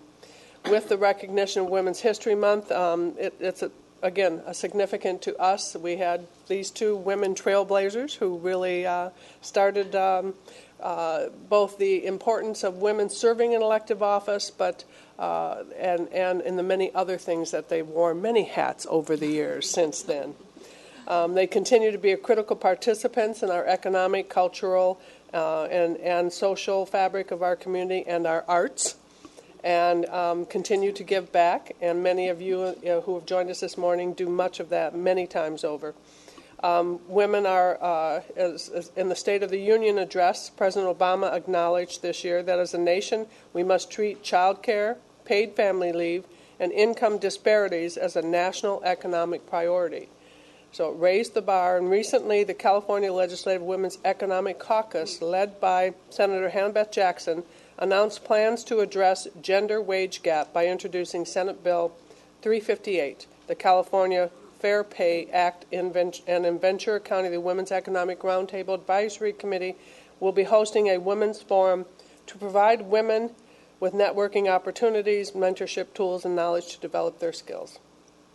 It is important every year that we recognize the contribution that women make in our county, historically have made for decades, and as we acknowledged up in Sacramento yesterday, 88 women who made an important difference in the state of California, and how valuable a contribution they've made. I mentioned at the board meeting this morning there was a woman present yesterday in Sacramento as the Women's Caucus recognized women in history. A 95-year-old woman, African American, who was the first teacher in the Stockton School District as an African American in 1920, and she was there. It was pretty amazing to see her. It's quite a celebration. So thank you for being here, and I'm going to, now we have celebrating with us Vanessa Otto, AAUW. Is she here from, yes, and Helene Stallion from Delta Sigma Theta Sorority. And there you are. And Arlene Miro and Susan Hilbrand from our Ventura Women's Political Council. There you are. Thank you. And we have Program Manager Lisa Champagne-Mignard. There you are. Links Channel Islands, President Susan Fussell. There you are. Thank you. Joni Berger from Seroptimus, Camarillo. I didn't see Joni yet. Of course, Diane DeMaillet. Deanne DeMaillet. I'm going to get that. Deanne DeMaillet of NABO. Thank you for being here.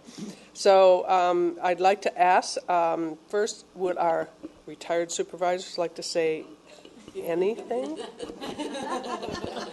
Talk about our arts. Well, I'm one of those, this is awkward, isn't it, talking with two directions at once. Turn around now. Thank you for this honor, but I think I really have to thank these women and the other women in this county who, first of all, made it possible for me and for Susan to be the first on the board. It's those women who made it possible, and it's these women behind me who carry it on. And I can only say thank you to them. I noticed on Facebook, and now I've forgotten her name, a woman who did some wonderful things, and her supervisor was recognized for those things. He was recognized for those things that she did. And so we've come a very long ways from that, and it's because of all of you, and joined now by the men who are supporting women as well, and seeing that it just depends on what you can do, not your gender, that gets the recognition. The arts in this county are flourishing very well. I'm thoroughly enjoying being a part of Studio Channel Islands Arts Center. If you haven't been there, if you haven't seen the 40 artist studios that are there, if you haven't seen our Blackboard Gallery, if you haven't participated in any way in the education programs that we do, the whole art education process in the schools, and with adults in this community that make our community a good place to live. Thank you very much for the recognition. I agree. And Deanne? I'm going to move this way. I'd also like to bring Sean. Please. Oh, Sean. Sorry. Follow the script. Please. Say a few words. Thank you so much. I'm Dion DeMai. I'm the chair of the Women's Economic Roundtable. I'm pleased to have with me Shante Morgan-Duraso, who's a valued member of the committee. This is an inspiration to be here. We really appreciate your acknowledgement. And it's an honor to be in the company of all these women's groups in Ventura County. We are flourishing, and this is going to help the economic prosperity of women in this county. We are totally inspired and thrilled about your award, Supervisor Long, and congratulations on Woman of the Year from the Women's Legislative Caucus. It's fabulous. Supervisor?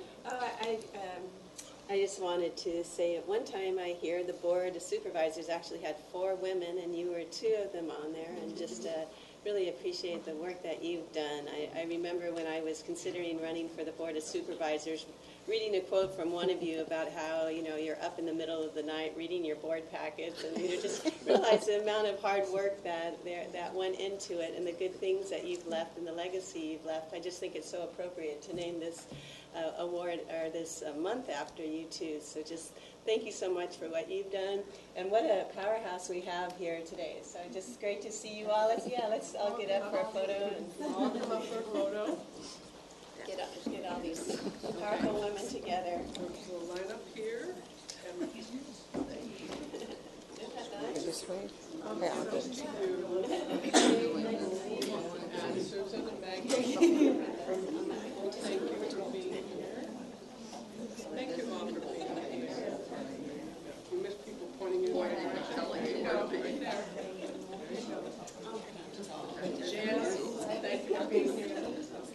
And I have resolutions for all you ladies as well, but let's get the...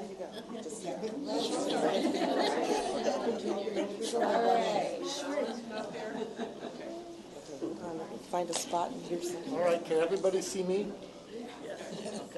And don't move after he takes the picture. Yeah, we've got cameras lined up. Okay, we ready? All right.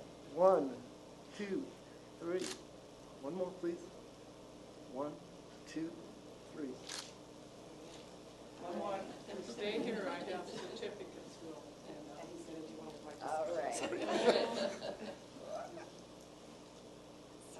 I don't have the fancy camera. All right, 1, 2. Fantastic. All right. Last camera.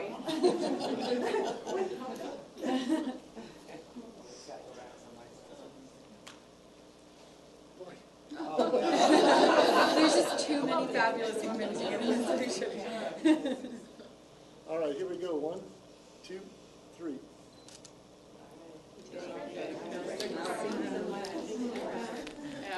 Yes. Yes. I was going to just, I didn't know, so we could. All right, thank you all so much. Thank you for being here. Ladies, I want to give you these. Appreciate you being here. Thank you.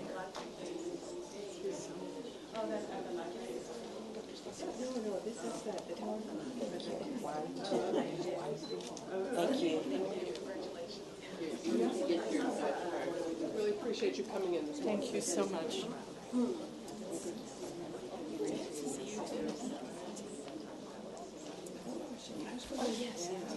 That was a big group. Okay, next up we have a resolution recognizing American Red Cross Month. And Melissa Livingston, Jim McGee, you're going to step up here with me. I'm reading the script here.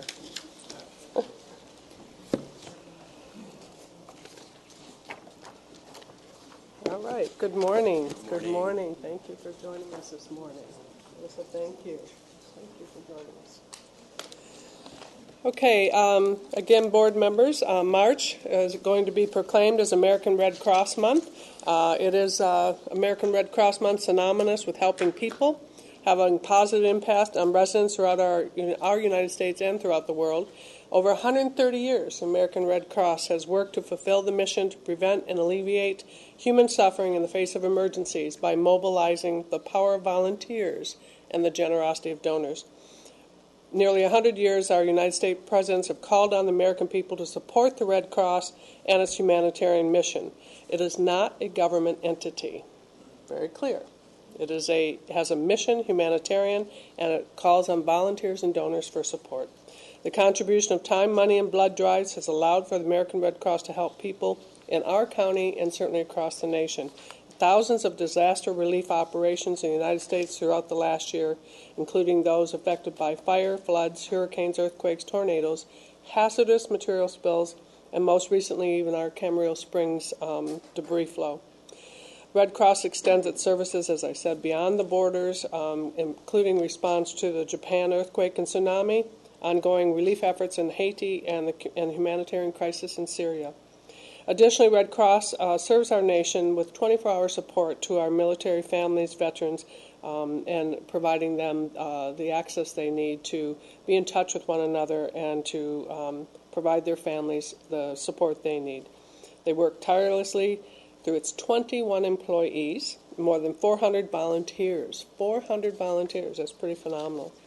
And so it is really an honor to provide this, present this resolution to proclaim March 2015 as American Red Cross Month and recognize our very own chapter. And I'd invite Jim McGee and Melissa up to say a few words. Well, it's great to be here this morning. Great seeing each of you. First of all, thanks for having us. Thanks for your great work, not only as board members, but also as supporters and members of the Emergency Planning Council, a key entity doing great work in this community. I'm here representing 400 volunteers. I have several with us today, and many of us know the wonderful mission of the Red Cross, but I often say it's great people that deliver a great mission, and we could not do it without the the treasure and the talent and the time of so many wonderful people who, at the end of the day, are here to build a better Ventura County. That's it. And we're going to do whatever it takes to be the Red Cross that our community expects us to be, what our community deserves. So thank you for that support. I'd like to introduce a few of the folks that are here today because they're so instrumental in representing kind of the spirit of the Red Cross, our volunteers. So with us, along with Melissa, we have Ken Bauer, one of our board members. Come down, Ken. Monica White, our board chair. Brian Berry, another volunteer board member. Kathy Hart, a volunteer board member. We have Sue Engler, a long-time, 20-plus year disaster volunteer, has been deployed both nationally and locally. Bob Engler, one of our disaster leaders. Ira Shore in Lona. These are the folks that lead our DAT teams that go out 100 times a year to serve families that have been hit by a single-family fire. We also have Paul Brown, also a member of our disaster action team, was called out twice this past weekend to serve our community. We have Liz LePay, another one of our longtime disaster volunteers who's also been deployed several times nationally. And then we have two of our staff members here, and our staff really serve as partners. We resource our volunteers to deliver the important mission. So we have Craig Kuzik, who oversees all of our disaster response for Ventura County. And we have a new team member, Kelly Resitolo, who's leading all of our work, serving our servicemen and women, as well as their families here in Ventura County. So we're really pleased about the work that we do serving our military.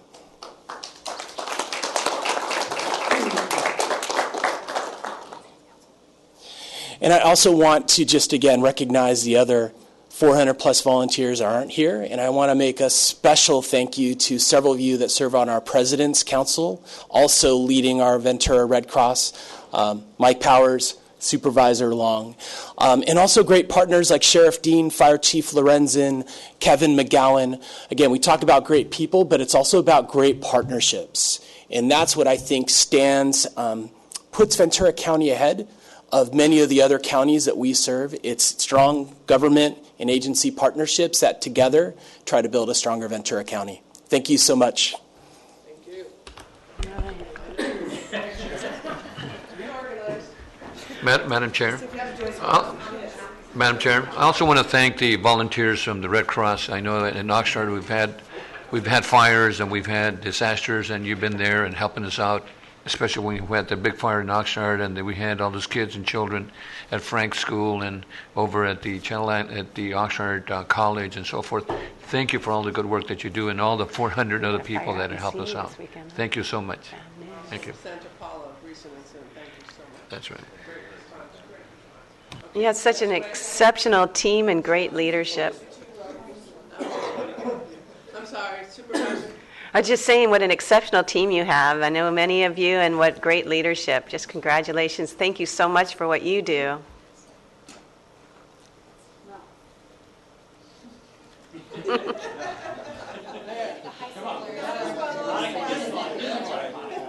Okay. Everybody can see the camera? I can see you. All right, we ready? 1, 2, 3. Let's do one more. 1, 2, 3. And if you could stay for just 1 second. All right. And 1, 2, 3. Fantastic. Thank you for coming in this morning. It was very nice of you. Thank you for having us.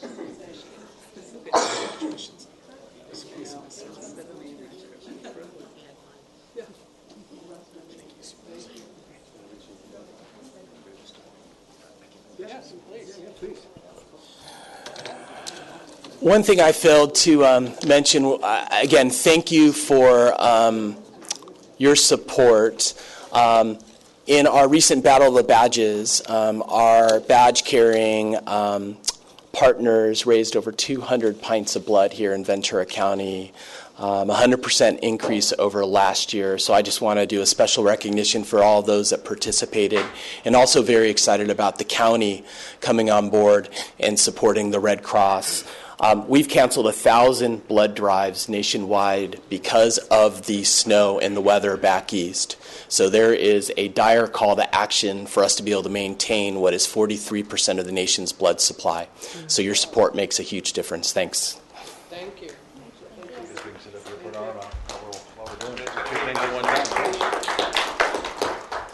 And Madam Chair, thank you to Melissa and Mike Powers from our county, staff. Yes. Thank you so much for the good work. And our law enforcement. That's some And law strong enforcement. blood, right? Yeah.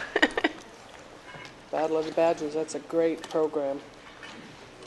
All right, board members, thank you again. That was great to celebrate the good work of our American Red Cross and our Ventura County chapter specifically. Okay, we'll move now to item 25. It's a time certain resolution. It is a time certain. Is it 10:30? Oh, I have to wait 5 minutes. Can you believe that? I have to wait 5 minutes? No, you don't go forward. I can go forward, okay. Legal counsel says do it. All right, we're going to proclaim Mediation Awareness Month here in Ventura County, and we have with us Jim Lingle, who is a board member, immediate past president of Ventura Center for Dispute Settlement, and his son Jameson. Come on, I saw you there. Welcome. I've seen you since you come back to the county, so welcome. And District Attorney? I am standing in. Oh, hi, thank you. Thank you, appreciate you being here. And good to see you. Good to see you. Congratulations. Thank you. Oh, thank you. Okay. Pardon me. Mediation Awareness Week, and this is to recognize just that.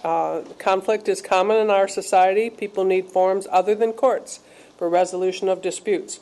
Resolution of disputes through judicial proceedings can be costly, time-consuming, complex, and an unnecessary burden on our court system, which has already significant challenges.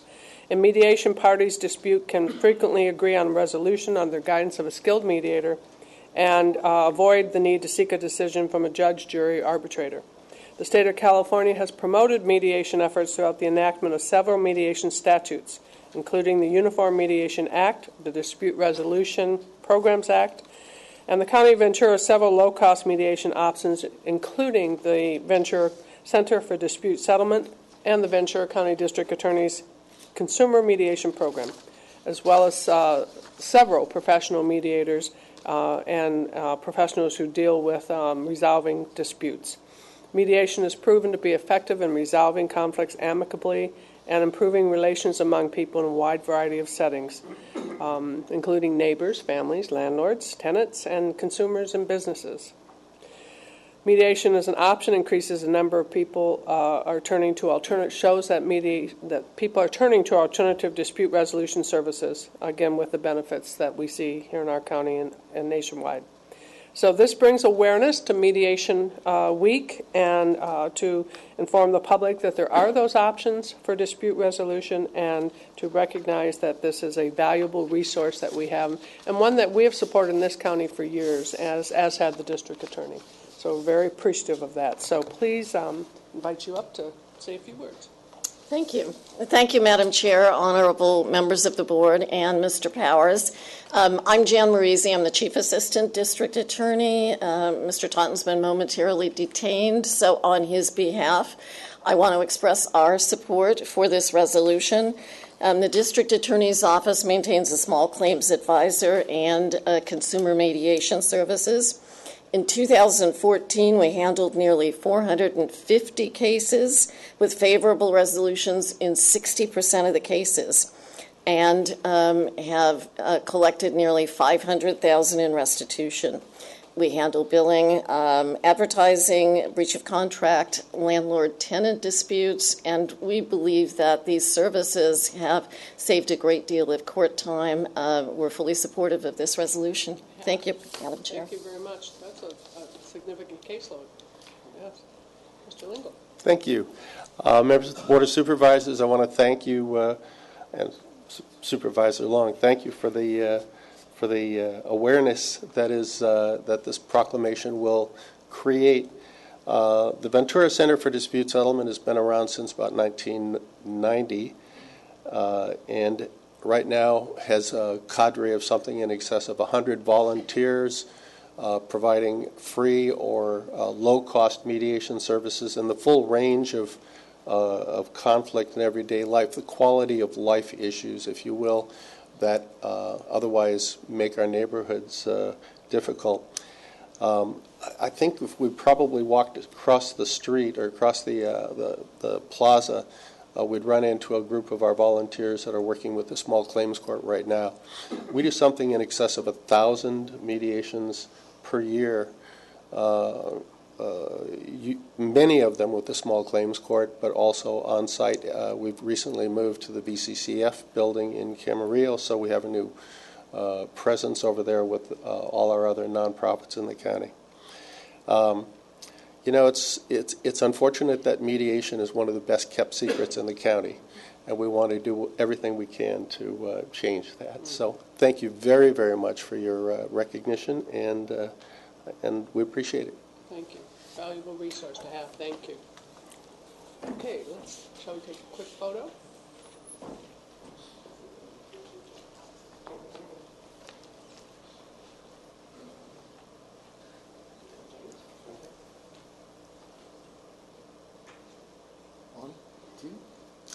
One more. One, two, three. Oops, I'm so sorry.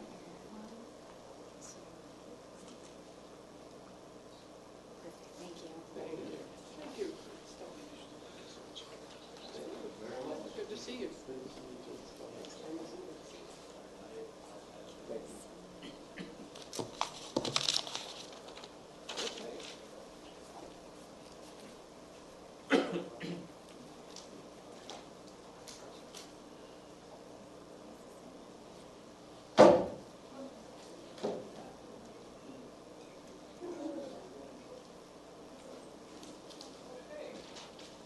Thank you, board members.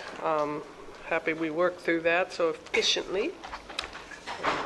Recognize the good works that are going on in our county. It's always appreciated. And now we're going to go to our 10:30 time certain public hearing regarding the report on sidewalk repairs and costs. And Mr. Fleisch, good morning. Yes, it is. Good morning, Chair Long, Supervisors, Mr. Powers. For the record, I'm Dave Fleisch with the Public Works Agency Transportation Department. The item before you this morning is to conduct a public hearing regarding the report of costs and repairs related to 8 construction contracted paving projects completed since 2008 that still have outstanding payments from property owners. California Street and Highway Code and Ventura Ordinance Code state that the property owners are responsible for maintenance of adjoining sidewalks and street trees within the county. The legal authorities and history of the sidewalk maintenance program in the county were presented to your board in October of this past year, and I do not need to repeat those here today. The Street and Highway Code provides authority for the street superintendent designated as the Director of Transportation by the Ventura County Ordinance Code to perform maintenance and out-of-repair sidewalks and collect for the cost of those repairs. For each of the contracts mentioned, the Public Works Agency Transportation Department included sidewalk replacement and tree removal as a simple and cost-effective method for property owners to complete this sidewalk repair. We identified out-of-repair sidewalks and problematic trees, and property owners were notified by mail as required by the Street and Highway Code of the need for repairs and given the opportunity to either obtain necessary permits and do the work for themselves or to have the county's contractor conduct that work. If the property owner elected to have the county contractor perform the work or did not complete the work themselves by the time we were out there, we were sent a letter and invoice upon completion of that work. Of the over 600 residents who were invoiced, we have 35 remaining who have not paid. On February 19th of this year, we sent 49 property owners a notice of hearing for this hearing of that report of repairs, which is Exhibit 3 to your board letter. That letter is. And that was required by the Street and Highway Code. Since these letters were sent, we received 11 additional payments and identified 3 properties where the work actually was not done. I've provided, and the clerk has an updated Exhibit 2 and board letter that reflects those changes. So that has the current numbers in the board letter and also the amendment or the exhibit that shows exactly those 35 remaining properties. Dave, did you just say that you identified some that weren't done that we were Correct. Notices out to? How did that Correct. happen? Those were primarily on the very early contracts in the 2005 and 8 period. We didn't have a really good tracking methodology at that time. We, on those particular ones, offered but didn't require the sidewalk to be replaced, so somebody could decline even though it was required. Okay. So those are the ones that we found. And you feel confident on the others that the work was performed? I've had each one of them personally inspected, and yes, we've done them all. Thank you. So from the board letter on page 3, the 35, there are 3 that have returned undeliverable, 1 person who called and said they weren't going to pay, 8 who've made partial payments but still owe outstanding, and then 23 who did not respond. And so that's the 35 that are remaining. So the Public Works Agency requests your board confirm the report of repairs and assess the respective costs of the repairs of the properties as special assessments and liens as indicated in Exhibit 2. Should your board confirm the report and assess the cost, we recommend that you turn those notice of liens over to the auditor and direct them to provide those assessments to the tax collector for the next regular tax bill. And that's authorized by the Street and Highway Code. Can I ask a question? Questions? Yes. On this page, Exhibit 2 on the front page, it looks like under project 50488, this first one, somebody was charged $4,628 for, looks like, a tree removal? Yes, that includes tree removal as well. We had several areas where the trees were particularly problematic. And okay, so the idea is somebody can look at the one below is $209, so an average person comes in thinking I'm going to do. Are they told what this is going to cost them up front? Do they know? I mean, I don't even know if you know what it's going to cost. Yes, when we go out and do the estimate of the costs for these, we've identified the amount of sidewalk replacement. We've had enough history of this that we know the approximate square foot cost, and we've provided that. Likewise with the tree removal, they have their own option to take the tree down themselves. Right. I understand all that. I guess the idea is it's all of a sudden somebody says, you got to have this done, and they come up and say, oh, you owe us $5,000. That's a pretty big number for somebody to hit, this 4628. And I'm just wondering, if somebody says, okay, I can do it, but I can't afford to pay that, or how can I pay it? Is there a way to pay over time? Maybe they just haven't been able to pay it. We didn't have a payment method or something that now we're going to go ding them on their home. I'm just wondering if anything over $1,000, $1,500, because most of these look like they're a couple $100. You're pretty simple to repair a piece of sidewalk. I'm just wondering if I don't know if this person ever responded to you or not, but. Sure. We, in many of these projects, when people called and said, I can't pay, we tried to establish payment plans for them. The Street and Highway Code actually doesn't give us the authority to do that. They give you the authority, and so we were doing that kind of not within our authority. What I found in that process is because we're not a collection agent, many of those people paid the first payment and then we never got any more.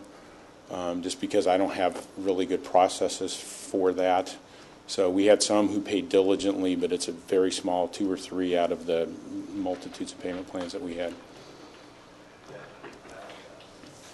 I guess I'm just concerned that some of these people, I'm looking at these people out here in Peru, and it just seems like a pretty big number for some of those people to deal with. But I don't know if you have to turn them over to a payment plan. They pay the difference to have a payment plan. If they don't, then it goes to what you're talking about. But I know if you've tried, I guess it's tough. So your board has the option on any of these individually or collectively to allow a payment plan by the Street and Highway Code of a minimum of $100 a year, maximum of 5 years. So should you decide, you can do that on any one of these individually or on all of them if that's what you chose. Do you give them that option then too? We have in the past, but again, I don't have the authority to do that. It hasn't been delegated to either the road commissioner, to Jeff, or to me to do that. So part of what we're doing with this is I'm just trying to clean up a bunch of past projects. The oldest project on here is in 2008, and the newest was done about a year ago. So some of these are collections that we've been trying to do for several years. So what again would be the process to do a payment over time period? The board would have to authorize that you could set that up? Yes, I'd like to actually defer to County Council to the legal language, but my understanding is you can authorize a payment plan of no longer than 5 years in 5 annual installments of at least $100, and that it also includes interest. At least 100, but it could be more than 100. Right. Minimum. At least 100, but it could be more than that. Could be more than a minimum of 100, yes. So in the case of the 4,600, it could be broken into 5 payments over 5 years, and it has to include interest in Yes, that? ma'am. Whereas if it goes directly into a lien of their property, there's no, that's it. There's not further action. Actually, the lien would still be imposed. What the code provides for is that the board can order that the payments be made in installments, and Dave's described the parameters of that. But the lien still exists. The board would be ordering that the lien be assessed, but also allowing it to be paid off in installments. We don't have to Okay, order that cool. the lien is assessed. We don't have to do that, and you can still do the payments. Is that right? That's not how the code reads. The code reads that if you order that the liens be assessed, and then you allow For the payment. liens to be paid in installments. So you can't do installment payments unless you have a lien? That's the way the code reads, yes.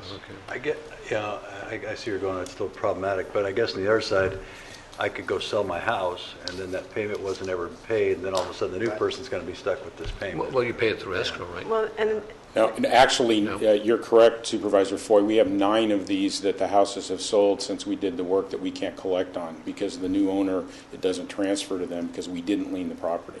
and that's where I wonder about the fairness of all of this. So these property owners, if they had sold their property, they wouldn't have to pay. We have never put, in my understanding, a lien on anyone's property for sidewalk repair. This is the first time.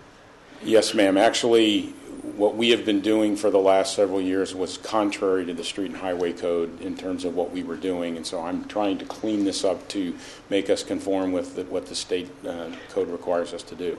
I just wonder about the fairness, though. If some property owners don't have to, and they didn't have a lien on their property, and they had the work done essentially for free because they moved, that to me that leaves a real fairness issue. Well, in my mind, the fairness issue is the people that have paid. That's right. To have them go, well, we all paid, and then the few people that haven't aren't paying. I think Right. people that haven't need to pay. Otherwise, we won't have a program if we say, okay, we're going to find a way to.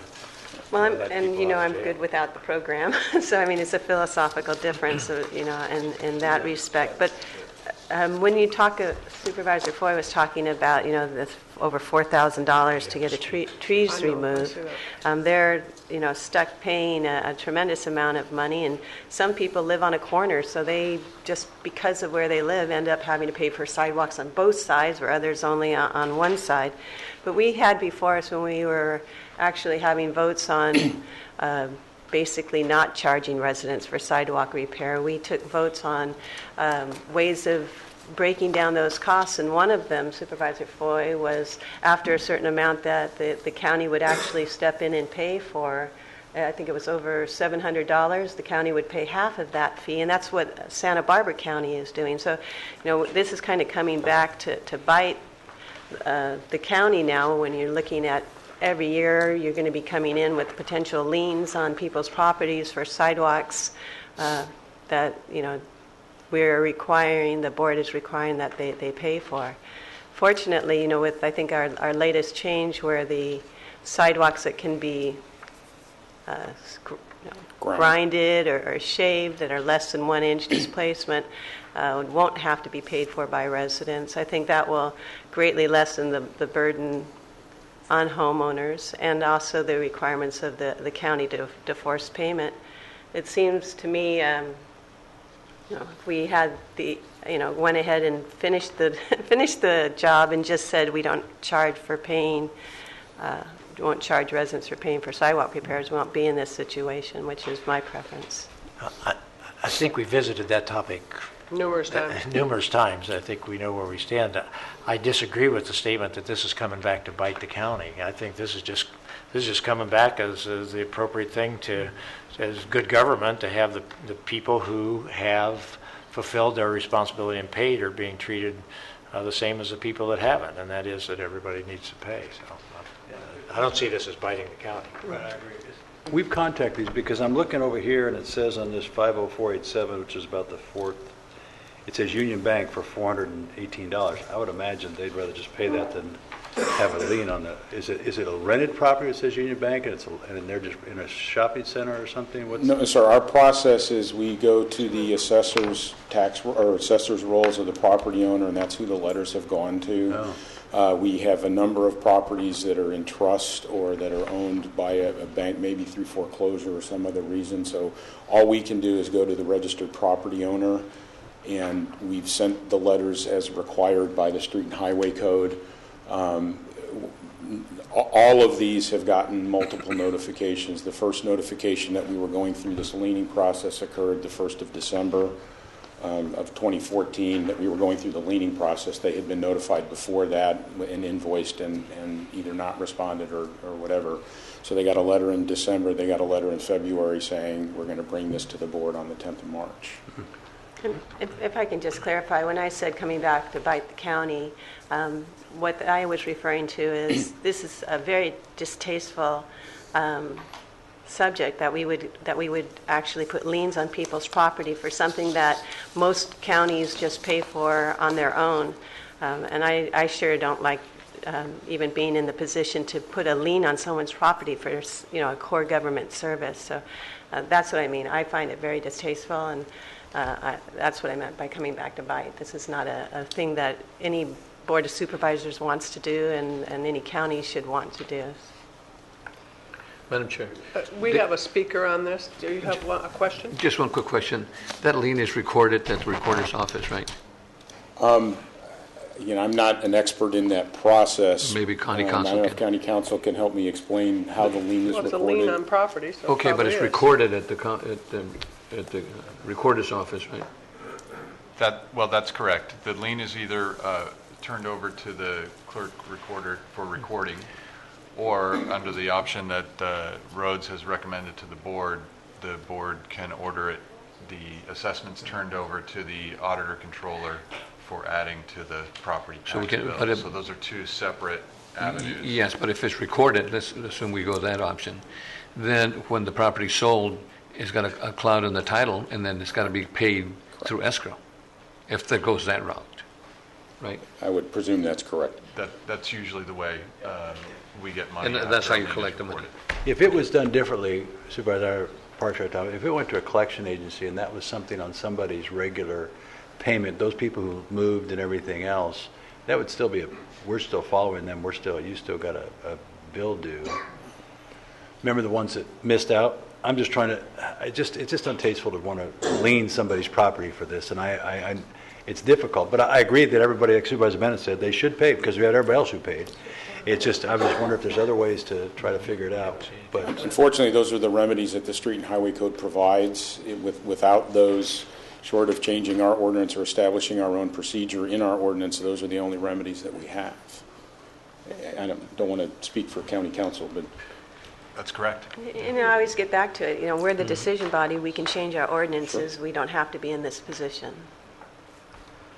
That's what I would recommend. Well, I think in our prior discussions about the whole sidewalk issues, we are a county. Cities typically step into a different policy approach to sidewalks than the county does. And not all counties do this. And we have debated this repeatedly in the cost and the discussion and the position of the board. And I think as a property owner, to have a lien on your property when you go to sell it, you either then take care of that lien or the potential buyer takes care of that lien. And in this case, they are dollars, but with the value of property that continues to go up, it's an issue of sometimes for a property owner, it is probably easier and perhaps fine for them to have that lien on the property and that they will then deal with should they or their family members decide to sell the property than it is to take the cash out of their pocket at this time. That's right. To perhaps pay for it. The end result is that the taxpayers are the ones who are either stuck with not getting paid for this because we have said this is our policy or not. I'd like to ask that our public speaker come up and speak. That's Fred Ritter. If there anyone else wishing to speak on this, please submit a card to the clerk. I think the young man needs a card back. Mr. Good morning, Supervisors. I happen to be one of those property owners that live on a corner. And in 2008, the county put in accordance with ADA a sidewalk cutout for disabled. It's my contention that that sidewalk that was cut out and put in on the corner of my property has now sunk, and it caused the half-inch difference between the sidewalk and the cutout. Your contractor came by in 2013 and said that they would repair it or I could repair it. At that time, I questioned the fact that, by the way, I didn't put this cutout. This cutout was mandated. And therefore, there was a difference of that half-inch difference. I've enclosed some pictures to show you the difference in the cutout of the sidewalk compared to where the ramp, I guess that's what you call it, a ramp, is. I asked two separate contractors to bid on it, and both of them came back and said that they wouldn't bid on it because of the fact that it was only a half-inch difference. And if the county was that picky about it, they couldn't guarantee that after X amount of time the concrete that they put in would either settle or rise or whatever. So they both refused to bid on it. I also enclosed some other pictures of property about 100 yards, 200 yards, and close to Brookside School that have all got sidewalks that have been either raised or missing and haven't been repaired since 2008 when these other sidewalks have been put in. I asked the Transportation Department why, and they said because they were repairing Canaan Avenue that they only went in so far to repair the sidewalks. This has been the second or third time that they've only gone in so far. It seems to end at my street, corner of Smoke Tree and Sprucewood. I believe that I shouldn't be held responsible for the sidewalk that the county put in for the ADA purposes. Now, don't get me wrong, I think that's a good idea to have that. But that is our contention, that sidewalk is the one that caused, when they put it in, they put it in and it wasn't right to begin with. And then when they came back the second time in 2013, my sidewalk was a half an inch lower. I paid for the first part, which was up the street. Being on a corner lot, I have both all the way up. I agreed. There was a problem there, and I paid for the $300 on that part. But the other $609, I really believe, is because the sidewalk was originally fixed in 2008 for the ADA, and I don't think I should be held responsible for that. Yeah. So can I ask him a question? Yeah, Any questions? Yeah, can I just ask you a quick question? So you're not saying the other part that was repaired that was part of your whole sidewalk system, you're not worried about that? No, I paid for that. I see where that went. Okay, so you're good. You're just, this piece that was put in because of new state law that required these ramps, you're just saying that sunk and that's caused my hassle? Either that sunk or when they put it in, You didn't put in nobody right. pays attention to a half-inch difference Yeah. in the sidewalk. We actually didn't get down and measure that until I got this notice, and I said, what? Yeah, okay. Half inch? I mean, half inch is nothing compared to, if you look at some of these others, the one on Smoke Tree, it's about 200 yards up. That's almost 2 feet. Right, and I understand your other contractors because you put something in, you don't know if it's going to move a quarter inch, half inch. Yeah. And that's it. Yeah. Yeah, so, okay, I appreciate that. and So I- you're not having a problem with what we've been talking about, people paying for their sidewalks in front? Not at all. In fact, I paid for the part that I thought I was responsible for. Okay, great, thank you. Which was $300 and some odd dollars. And I've been out to the property and I've seen the displacement that you've talked about, and under our new standards now, that could just have been shaved and there wouldn't have been the cost for the replacement of the entire slab. But you're good with the other parts of the sidewalk that are adjacent to your home. It's just this one slab that's next to the handicap ramp. Absolutely. And I paid for it. I paid for it almost that sounds within 30, reasonable. 60 days, I believe. Thank you for doing that. Okay, thank you, sir. Thank you. Richard Briggs.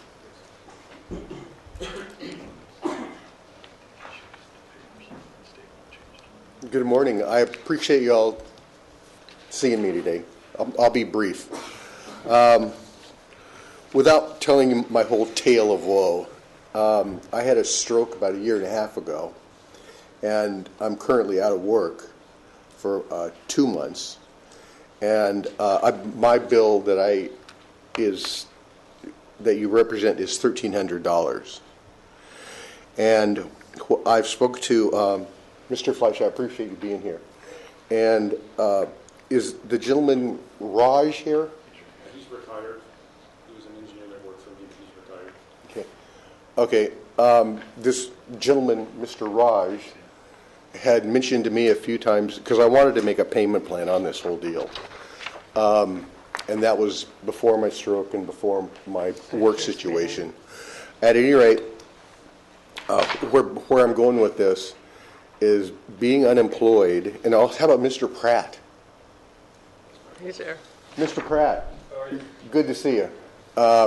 We had a very civil discussion a few days ago, and at that time, I'd like to do. Are you sure that I own the median, the parkway?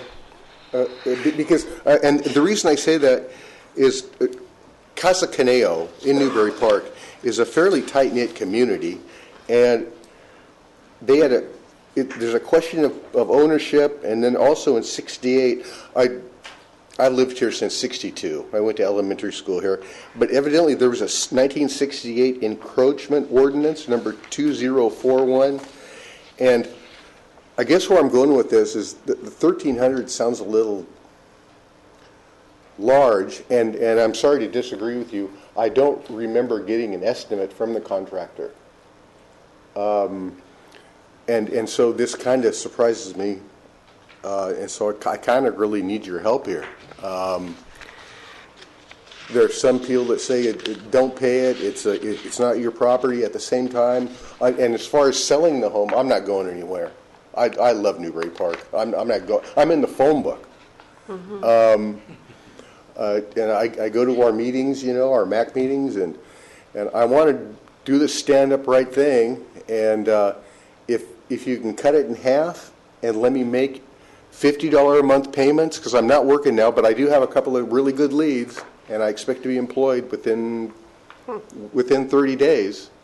So if you could do something like cut it in half and then let me make payments on that, because I don't want it to go to public information as far as a public document, which becomes an attachment, which also has a way to finding its way into my personal credit program, profile, as far as my wife and myself, and then it affects our credit bureau, which will bring our score down significantly.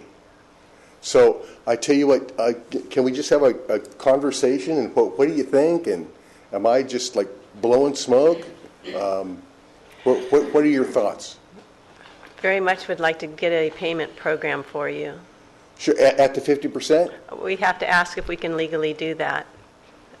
So we can do that after our public comment speakers. Oh, I beg your pardon. But yes, we definitely want to help. I tell you, anything, I appreciate your help, and I appreciate your time this morning. Thank you very much. And we wish you good luck in getting a job soon, too. Yeah. Thanks, me too. So my wife feels that way, too. Okay. So thank you. Okay, thank you, Mr. Riggs. James Beam.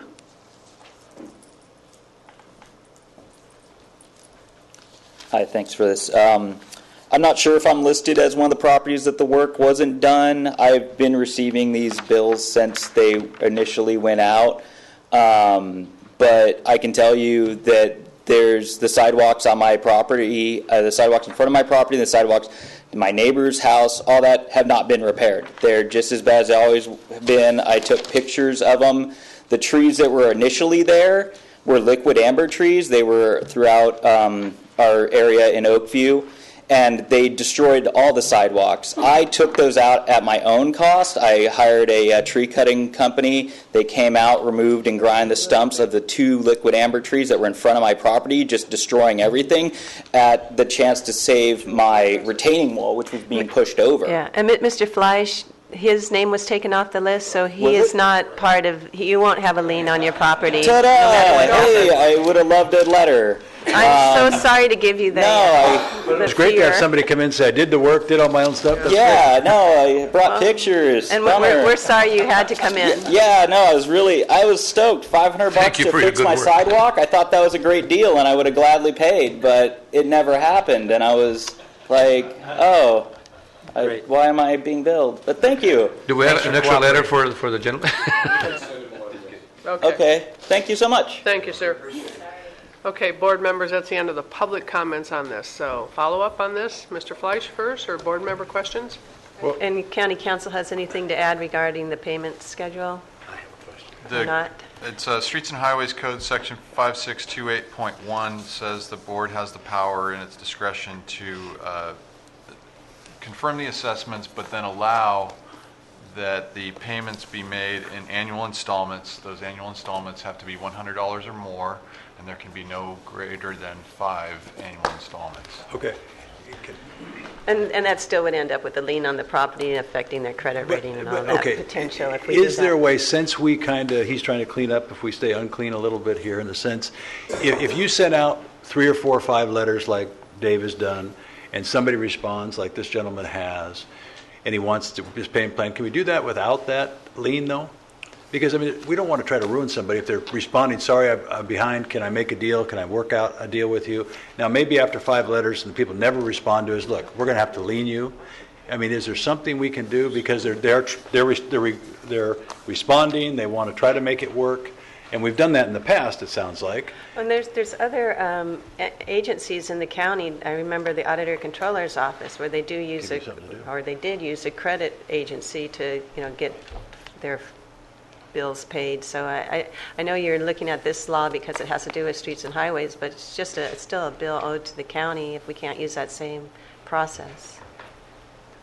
Yeah, at this point, there's no legal authority either for Department of Public Works agency to allow installments. There's no ordinance, for example, that the board has implemented that would guide that. If we delayed this and went and did an ordinance that allows for doing payments, that would be a way to enable someone to do a $50 a month payment on a $1,300 bill, for example.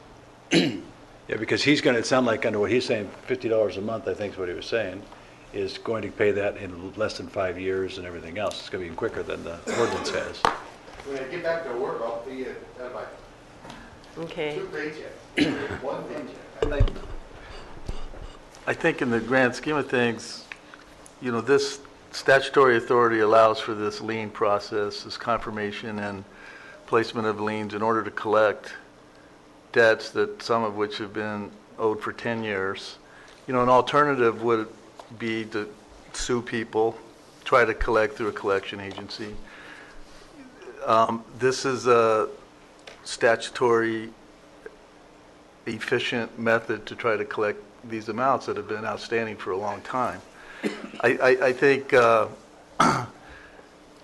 one suggestion I have is if the board gives direction to staff, you can adjourn this public hearing to a future date and allow us to look at the proper findings the board would need to make to achieve what it wants to achieve.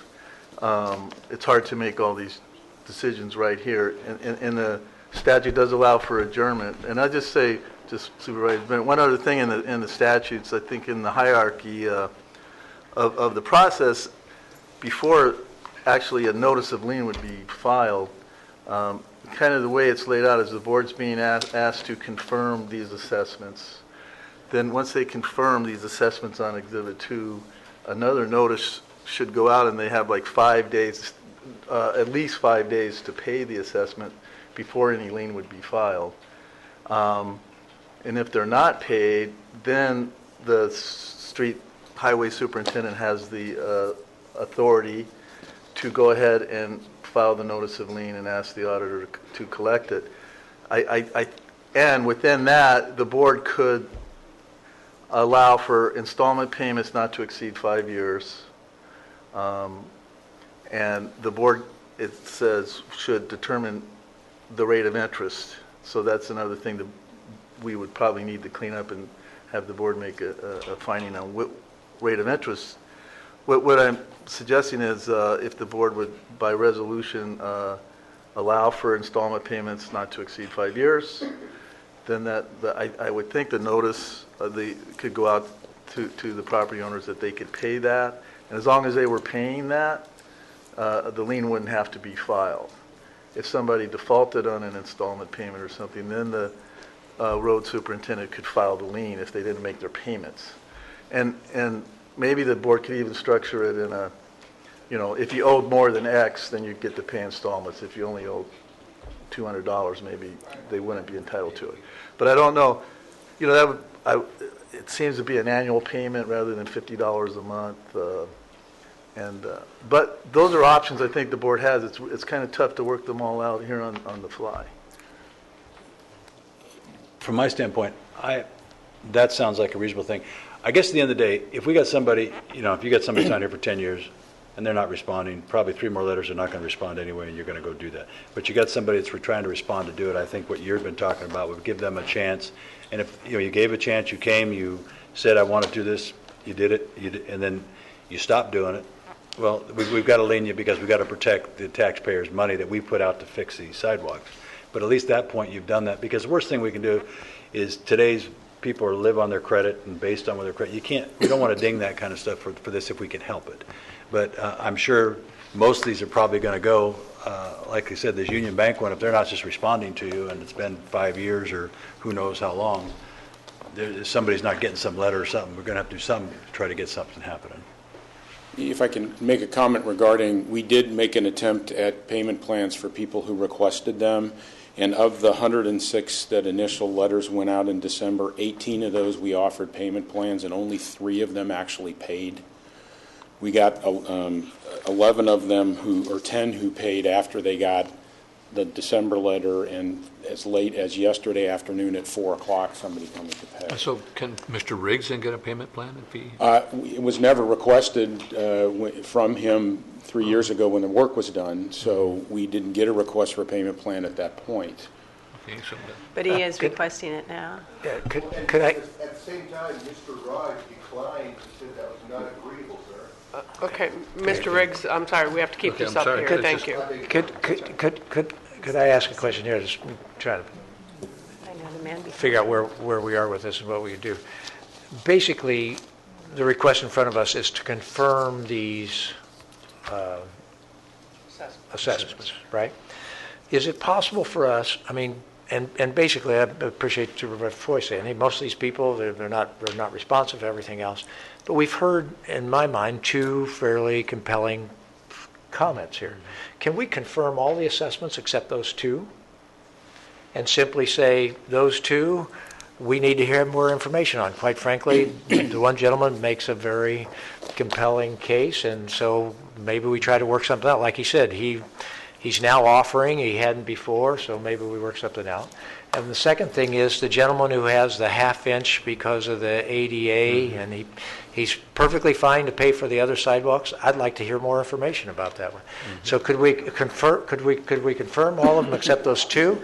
Have those 2 be worked, direct staffs work them out. If they can't work them out, staff comes back with these 2, but if they can work them out, go that way. Because it seems to me we're being asked to confirm, and I'm comfortable confirming all of these. These 2 have an argument that would make me say not to confirm. So is that possible? Yes. That is? Yes. And I'm not sure if it was laid out exactly in the board letter, but at this hearing, the board can confirm or revise, modify, amend the list.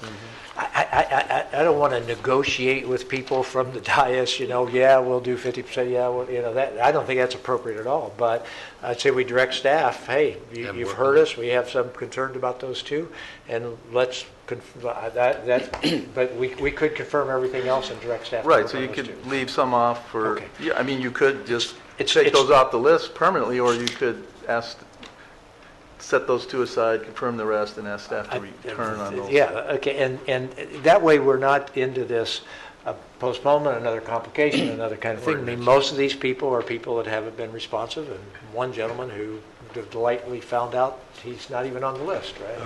Okay. I really appreciate the gentleman who said, I support the program, I'm willing to pay for my sidewalks, but I think this is just an unusual one. I appreciate that. I think I'd go along with that if we could say one other thing is that you're going to go out, and I guess before you do a lien, there's some paperwork that goes out to these people. If we could put, maybe 90 days, so these people get 2 more letters in the next 90 days, this is going to happen on this date. So we've done everything we could. We've had this hearing, these people came, and we gave them every other opportunity. And then at that point, if you're not willing to respond, then, I can't help you. I mean, you've already done that, it sounds like. But we say, okay, we've been to the board said at this point, this is the final date, it will happen. Then at least we said we'd give them every opportunity.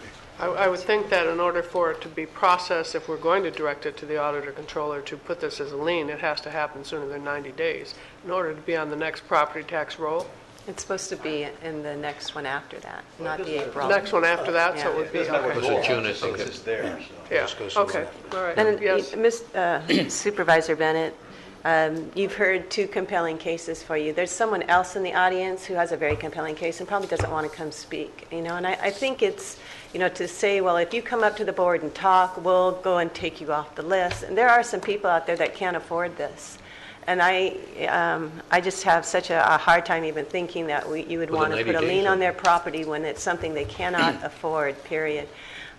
They don't make any money. They're living on, at the bottom line right now. Yeah, they do have a house. Yeah, you can put a lien on it. But if we can work out a payment plan, and there is a process in place where we can put an ordinance together so our, first choice isn't lien your property for the amount of money you owe, that there's other ways of going about it, using a collection agency if we need to, or working out payment plans, we can do that. And I think we need to be compassionate for more than the couple people that showed up here to speak. There are others out there also. Supervisor, could we do this then? Could we do exactly what I was talking about, where they get this next 90 days, they have his letter, and in that letter, he could put, if you are unable to make this payment, we come to us or contact us, and we'll put together a payment plan just like these do for these people. Is that something?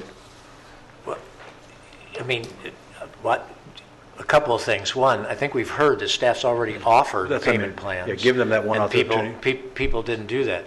If we talk about credit agencies, that dings somebody's credit, my guess, a whole lot more than a lien on their property. If people can't pay, but they own the house, as Supervisor Long pointed out, then when they sell the house, that's when they do have the resources, and they clean that up at that point in time. I'm not, I don't think that we should be in a situation where just every person that comes up and pleads they have a hardship, we say, oh, well, these are 2 unusual cases. We're at the beginning of this process, and we try to do that. So I'm perfectly fine with the 90 days thing that you said, which is simply just a continuation of this effort. But at some point in time, we just out of the efficiency of the staff, we have to say, okay. Well, we also know at certain points, like he did, once you said, people started paying, right? Yes, and that's what's going to get it. Yeah, they're going to pay. So, I mean, we're kind of mixing apples and oranges instead of sort of saying, well, we'll do it with the collection agency. That does the exact same thing. So if staff makes a good faith effort, we have 2 compelling cases that people have come up. I'm not saying I want to dismiss those cases or they're not going to pay because of that. I'm just saying let's give them, they've communicated, let's give them some more opportunity to try to work something out, not to excuse them from it. Somebody that you say, hey, they can't pay, they may decide that They'll just take the lien and do that. I'm not at the point where I'm saying, let's waive it. I'm not even suggesting we waive it for the gentleman who's asking for that waiving. So that's a little bit I different. mentioned two things. One is, a collection agency. The other one is we can put an ordinance in place where we can actually do payment plans, which we can't do right now unless you put a lien on a property. So I agree. It would be nice not to do going to a collection agency, but if we can put together a payment plan and not have to put a lien on people's property, that would be the ideal situation. Did you say you've offered payment plans? We have in the past. The challenge that we have in those is I'm not a bill collector, and so when we put those out, I don't send out payment booklets. We don't send out. We send one invoice. So that says we're going to have that same challenge if we put together every time. a payment plan. We're going to have the same challenge if we put together a payment plan option, right? Yes. We're still going to have that same challenge. So it would be something that we for this 90 days we offer it. We don't get it done in 90 days, then we don't keep them in the business of trying to do this. We go on. Yeah, I mean, that's what I would think. There's no question. You go through the list. There's a lot of them. $81, $98, $140. I mean, there's some people can't pay anything at all, but some of them are. It's just the large ones that have the heartache for me a little bit more than anything else. But at the end of the day, we tried to give them everything we could. I just want to give them a chance one more time. And if we do 90 days, then I guess we're fine. And we can, County Council, we can do that. We can delay the actual implementation of lien for 90 days and have staff work this out. We can delay filing the notice of lien for 90 days. That's what I mean. Yeah. Yes. All right. And you'll send out some letters in between them to give them one more shot. So I'd like to make the motion that we approve these liens, except for the two that we have here. We have asked those gentlemen to work with staff on those, and that we delay the actual filing of the lien for 90 days, communicate again with these property owners, and give them another opportunity, as Supervisor Boyd pointed out, to see if they want to work that out. I think that's, and that means we can still have this payment plan option out there. Right. Unless we're going to go to a credit agency, if we're going to do it, as Mr. Fleisch said, we're not very good at collecting, right? Do we close the public hearing? So the notification, yes, I'd close the public hearing. The notification would also say that there is a 5-year payment plan. Come in and see us and set it up. That's right. So, because that's what the statute calls, that we can do that. And we wish to implement both this assessment list with the potential for a lien, but not to place that for 90 days, and giving the opportunity for and also the action to give the authority to have a 5-year payment plan that the director can work through with any present and future properties. Is that for all properties, 5-year plan? Or is it for? Well, I still think you have a minimum amount. Minimum of $100. Yeah, a minimum amount of $100 that. Per. Yeah. Well, they'd go into a payment plan if it was so more it's than actually, $100. Since the payment plan requires that you have to pay at least a minimum, then the only way you'd get to 5 years is if you had a $500 bill. Yeah, 500 or big. So I think I don't think we have to worry about it. Let's say somebody only owes $125. They're going to have to pay $100 the first year, and they'll pay $25 exactly. the It's second done. year. Yeah. So Right. that would be Whatever the code said that we can do and we wish to implement. okay. Dave, So If I can ask County Council, it doesn't have to be 5 years, if I understand it. It can be up to 5 years, but a minimum payment of $100 annually for up to 5 years? Correct. Right. Well, the benefit is if you owe $125, you can wait an extra year. That's what that would be then, right? For payment $25 plan. of you it. pay for $25, which Right. is Yeah, because it looks like 80% of these you're going to pay them in the first two years or 3 years anyway. So I know you don't want to be $100. hanging around for another $25. But it's but they will. that's the price we pay for So reasonable government. Right? I did want to note for someone who's probably watching on TV that Barry Gabrielson's name is not on this list. It was on all the way up until Friday. And also, this is the up-to-date list that we have that you handed to us. Also, I would ask, that the board, if they are concerned about people being charged $4,000, $5,000, $3,000, $2,000, that we do consider an option of helping after a certain amount, because it is exceedingly high, and it's kind of the luck of the draw if you happen to live on a corner, for example. And I think that's something that the board can do to encourage people to pay. I know we've had that discussion before, but I'd be certainly open for that discussion again. And then finally, I won't support the motion. I don't think we should be putting liens on people's property for, as I said, what I think is a core government service and one that we can afford. Just one other thing, Dave. It's pretty difficult for us, this is my belief, that something's mandated by the state, they go in and make this change and that fails. Is that our issue? I mean, in the sense if they put these ramps in and those go bad or they sink or cause some other problems. So what do we do with that? You're addressing the Yeah, I'm just like that, because those are all over the place. The ramps are installed at county expense, not by the property owners. Right. I want to make sure I understand Mr. Ritter's concern and what he thinks the issue is, and we'll be happy to look into that. Right. I don't know that it's settled or it hasn't settled. Okay, We but would need to go I look understand at that. whatever it is, but since we're putting them in, and those are usually big on corners and all that stuff. Correct.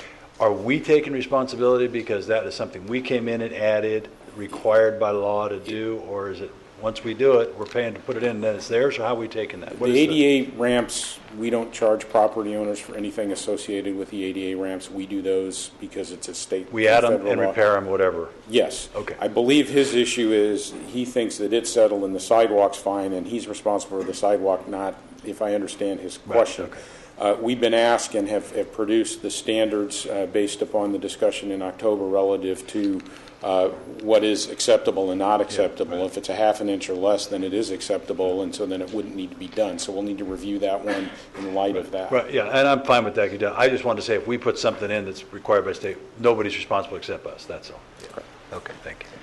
So Clerk, can you let us make the motion, please? Okay, are you still excluding those two properties, or now it's to all properties that you're going to make the payment plan arrangement with? We're excluding these two properties to buy them some time to work us out. If they can't work it out, they'll come back to us with that. I see people nodding their heads. So I'm still a little confused. Are we to offer in the letter payment plans, no payment plans? Yes, we can offer payment plans.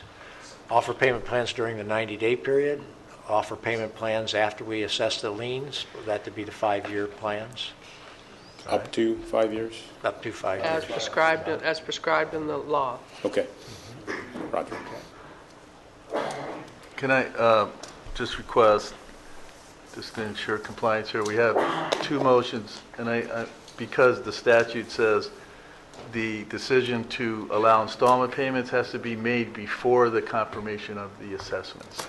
So even if, just by 1 minute, we can do it in that order. Oh, okay. So we can have a motion that the board resolves to allow for the assessments, any assessments to be paid in annual installments up to 5 years.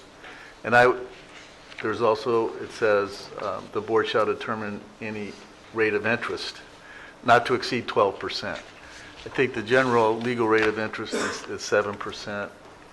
I don't know if that's the interest rate, but just to make this clean, I would ask the board first move to allow for installment payments, not to exceed 5 years at a rate of interest, you could say 0 or pick 7, and then make a second motion to confirm the assessments in Exhibit 2 minus the two properties identified.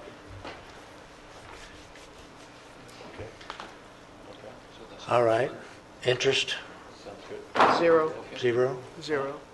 And if they sell their house, they don't have to pay. No. Before this takes effect. That's what we've allowed before. I don't know that you really want zero interest, so that just encourages people. 0.01, Yeah. 0.0. 2%, something. 1%. 1%. Not All right. CPI. 1% interest? Yeah. all right. 1%. Okay. 1%. All right. So the motion would be, I know we got this thing, so do we have to withdraw this motion, or can we use this thing here? Are you comfortable with that as the motion, which is that we can do the liens at 1% interest? Right. Okay. All right. So now we're voting on that. And then we vote on the original motion that we had up there, right? That passes for Which was one no vote. Confirm the assessments on Exhibit 2 minus the two properties identified. And ask that the liens not be assessed for 90 days. For just those two? No, for all For the all? properties, for time for you to send out another letter per Supervisor Foy's request. Okay. That's the motion, and a second. We have a motion and a second on that, and please vote. And that passes 4-1. There you go.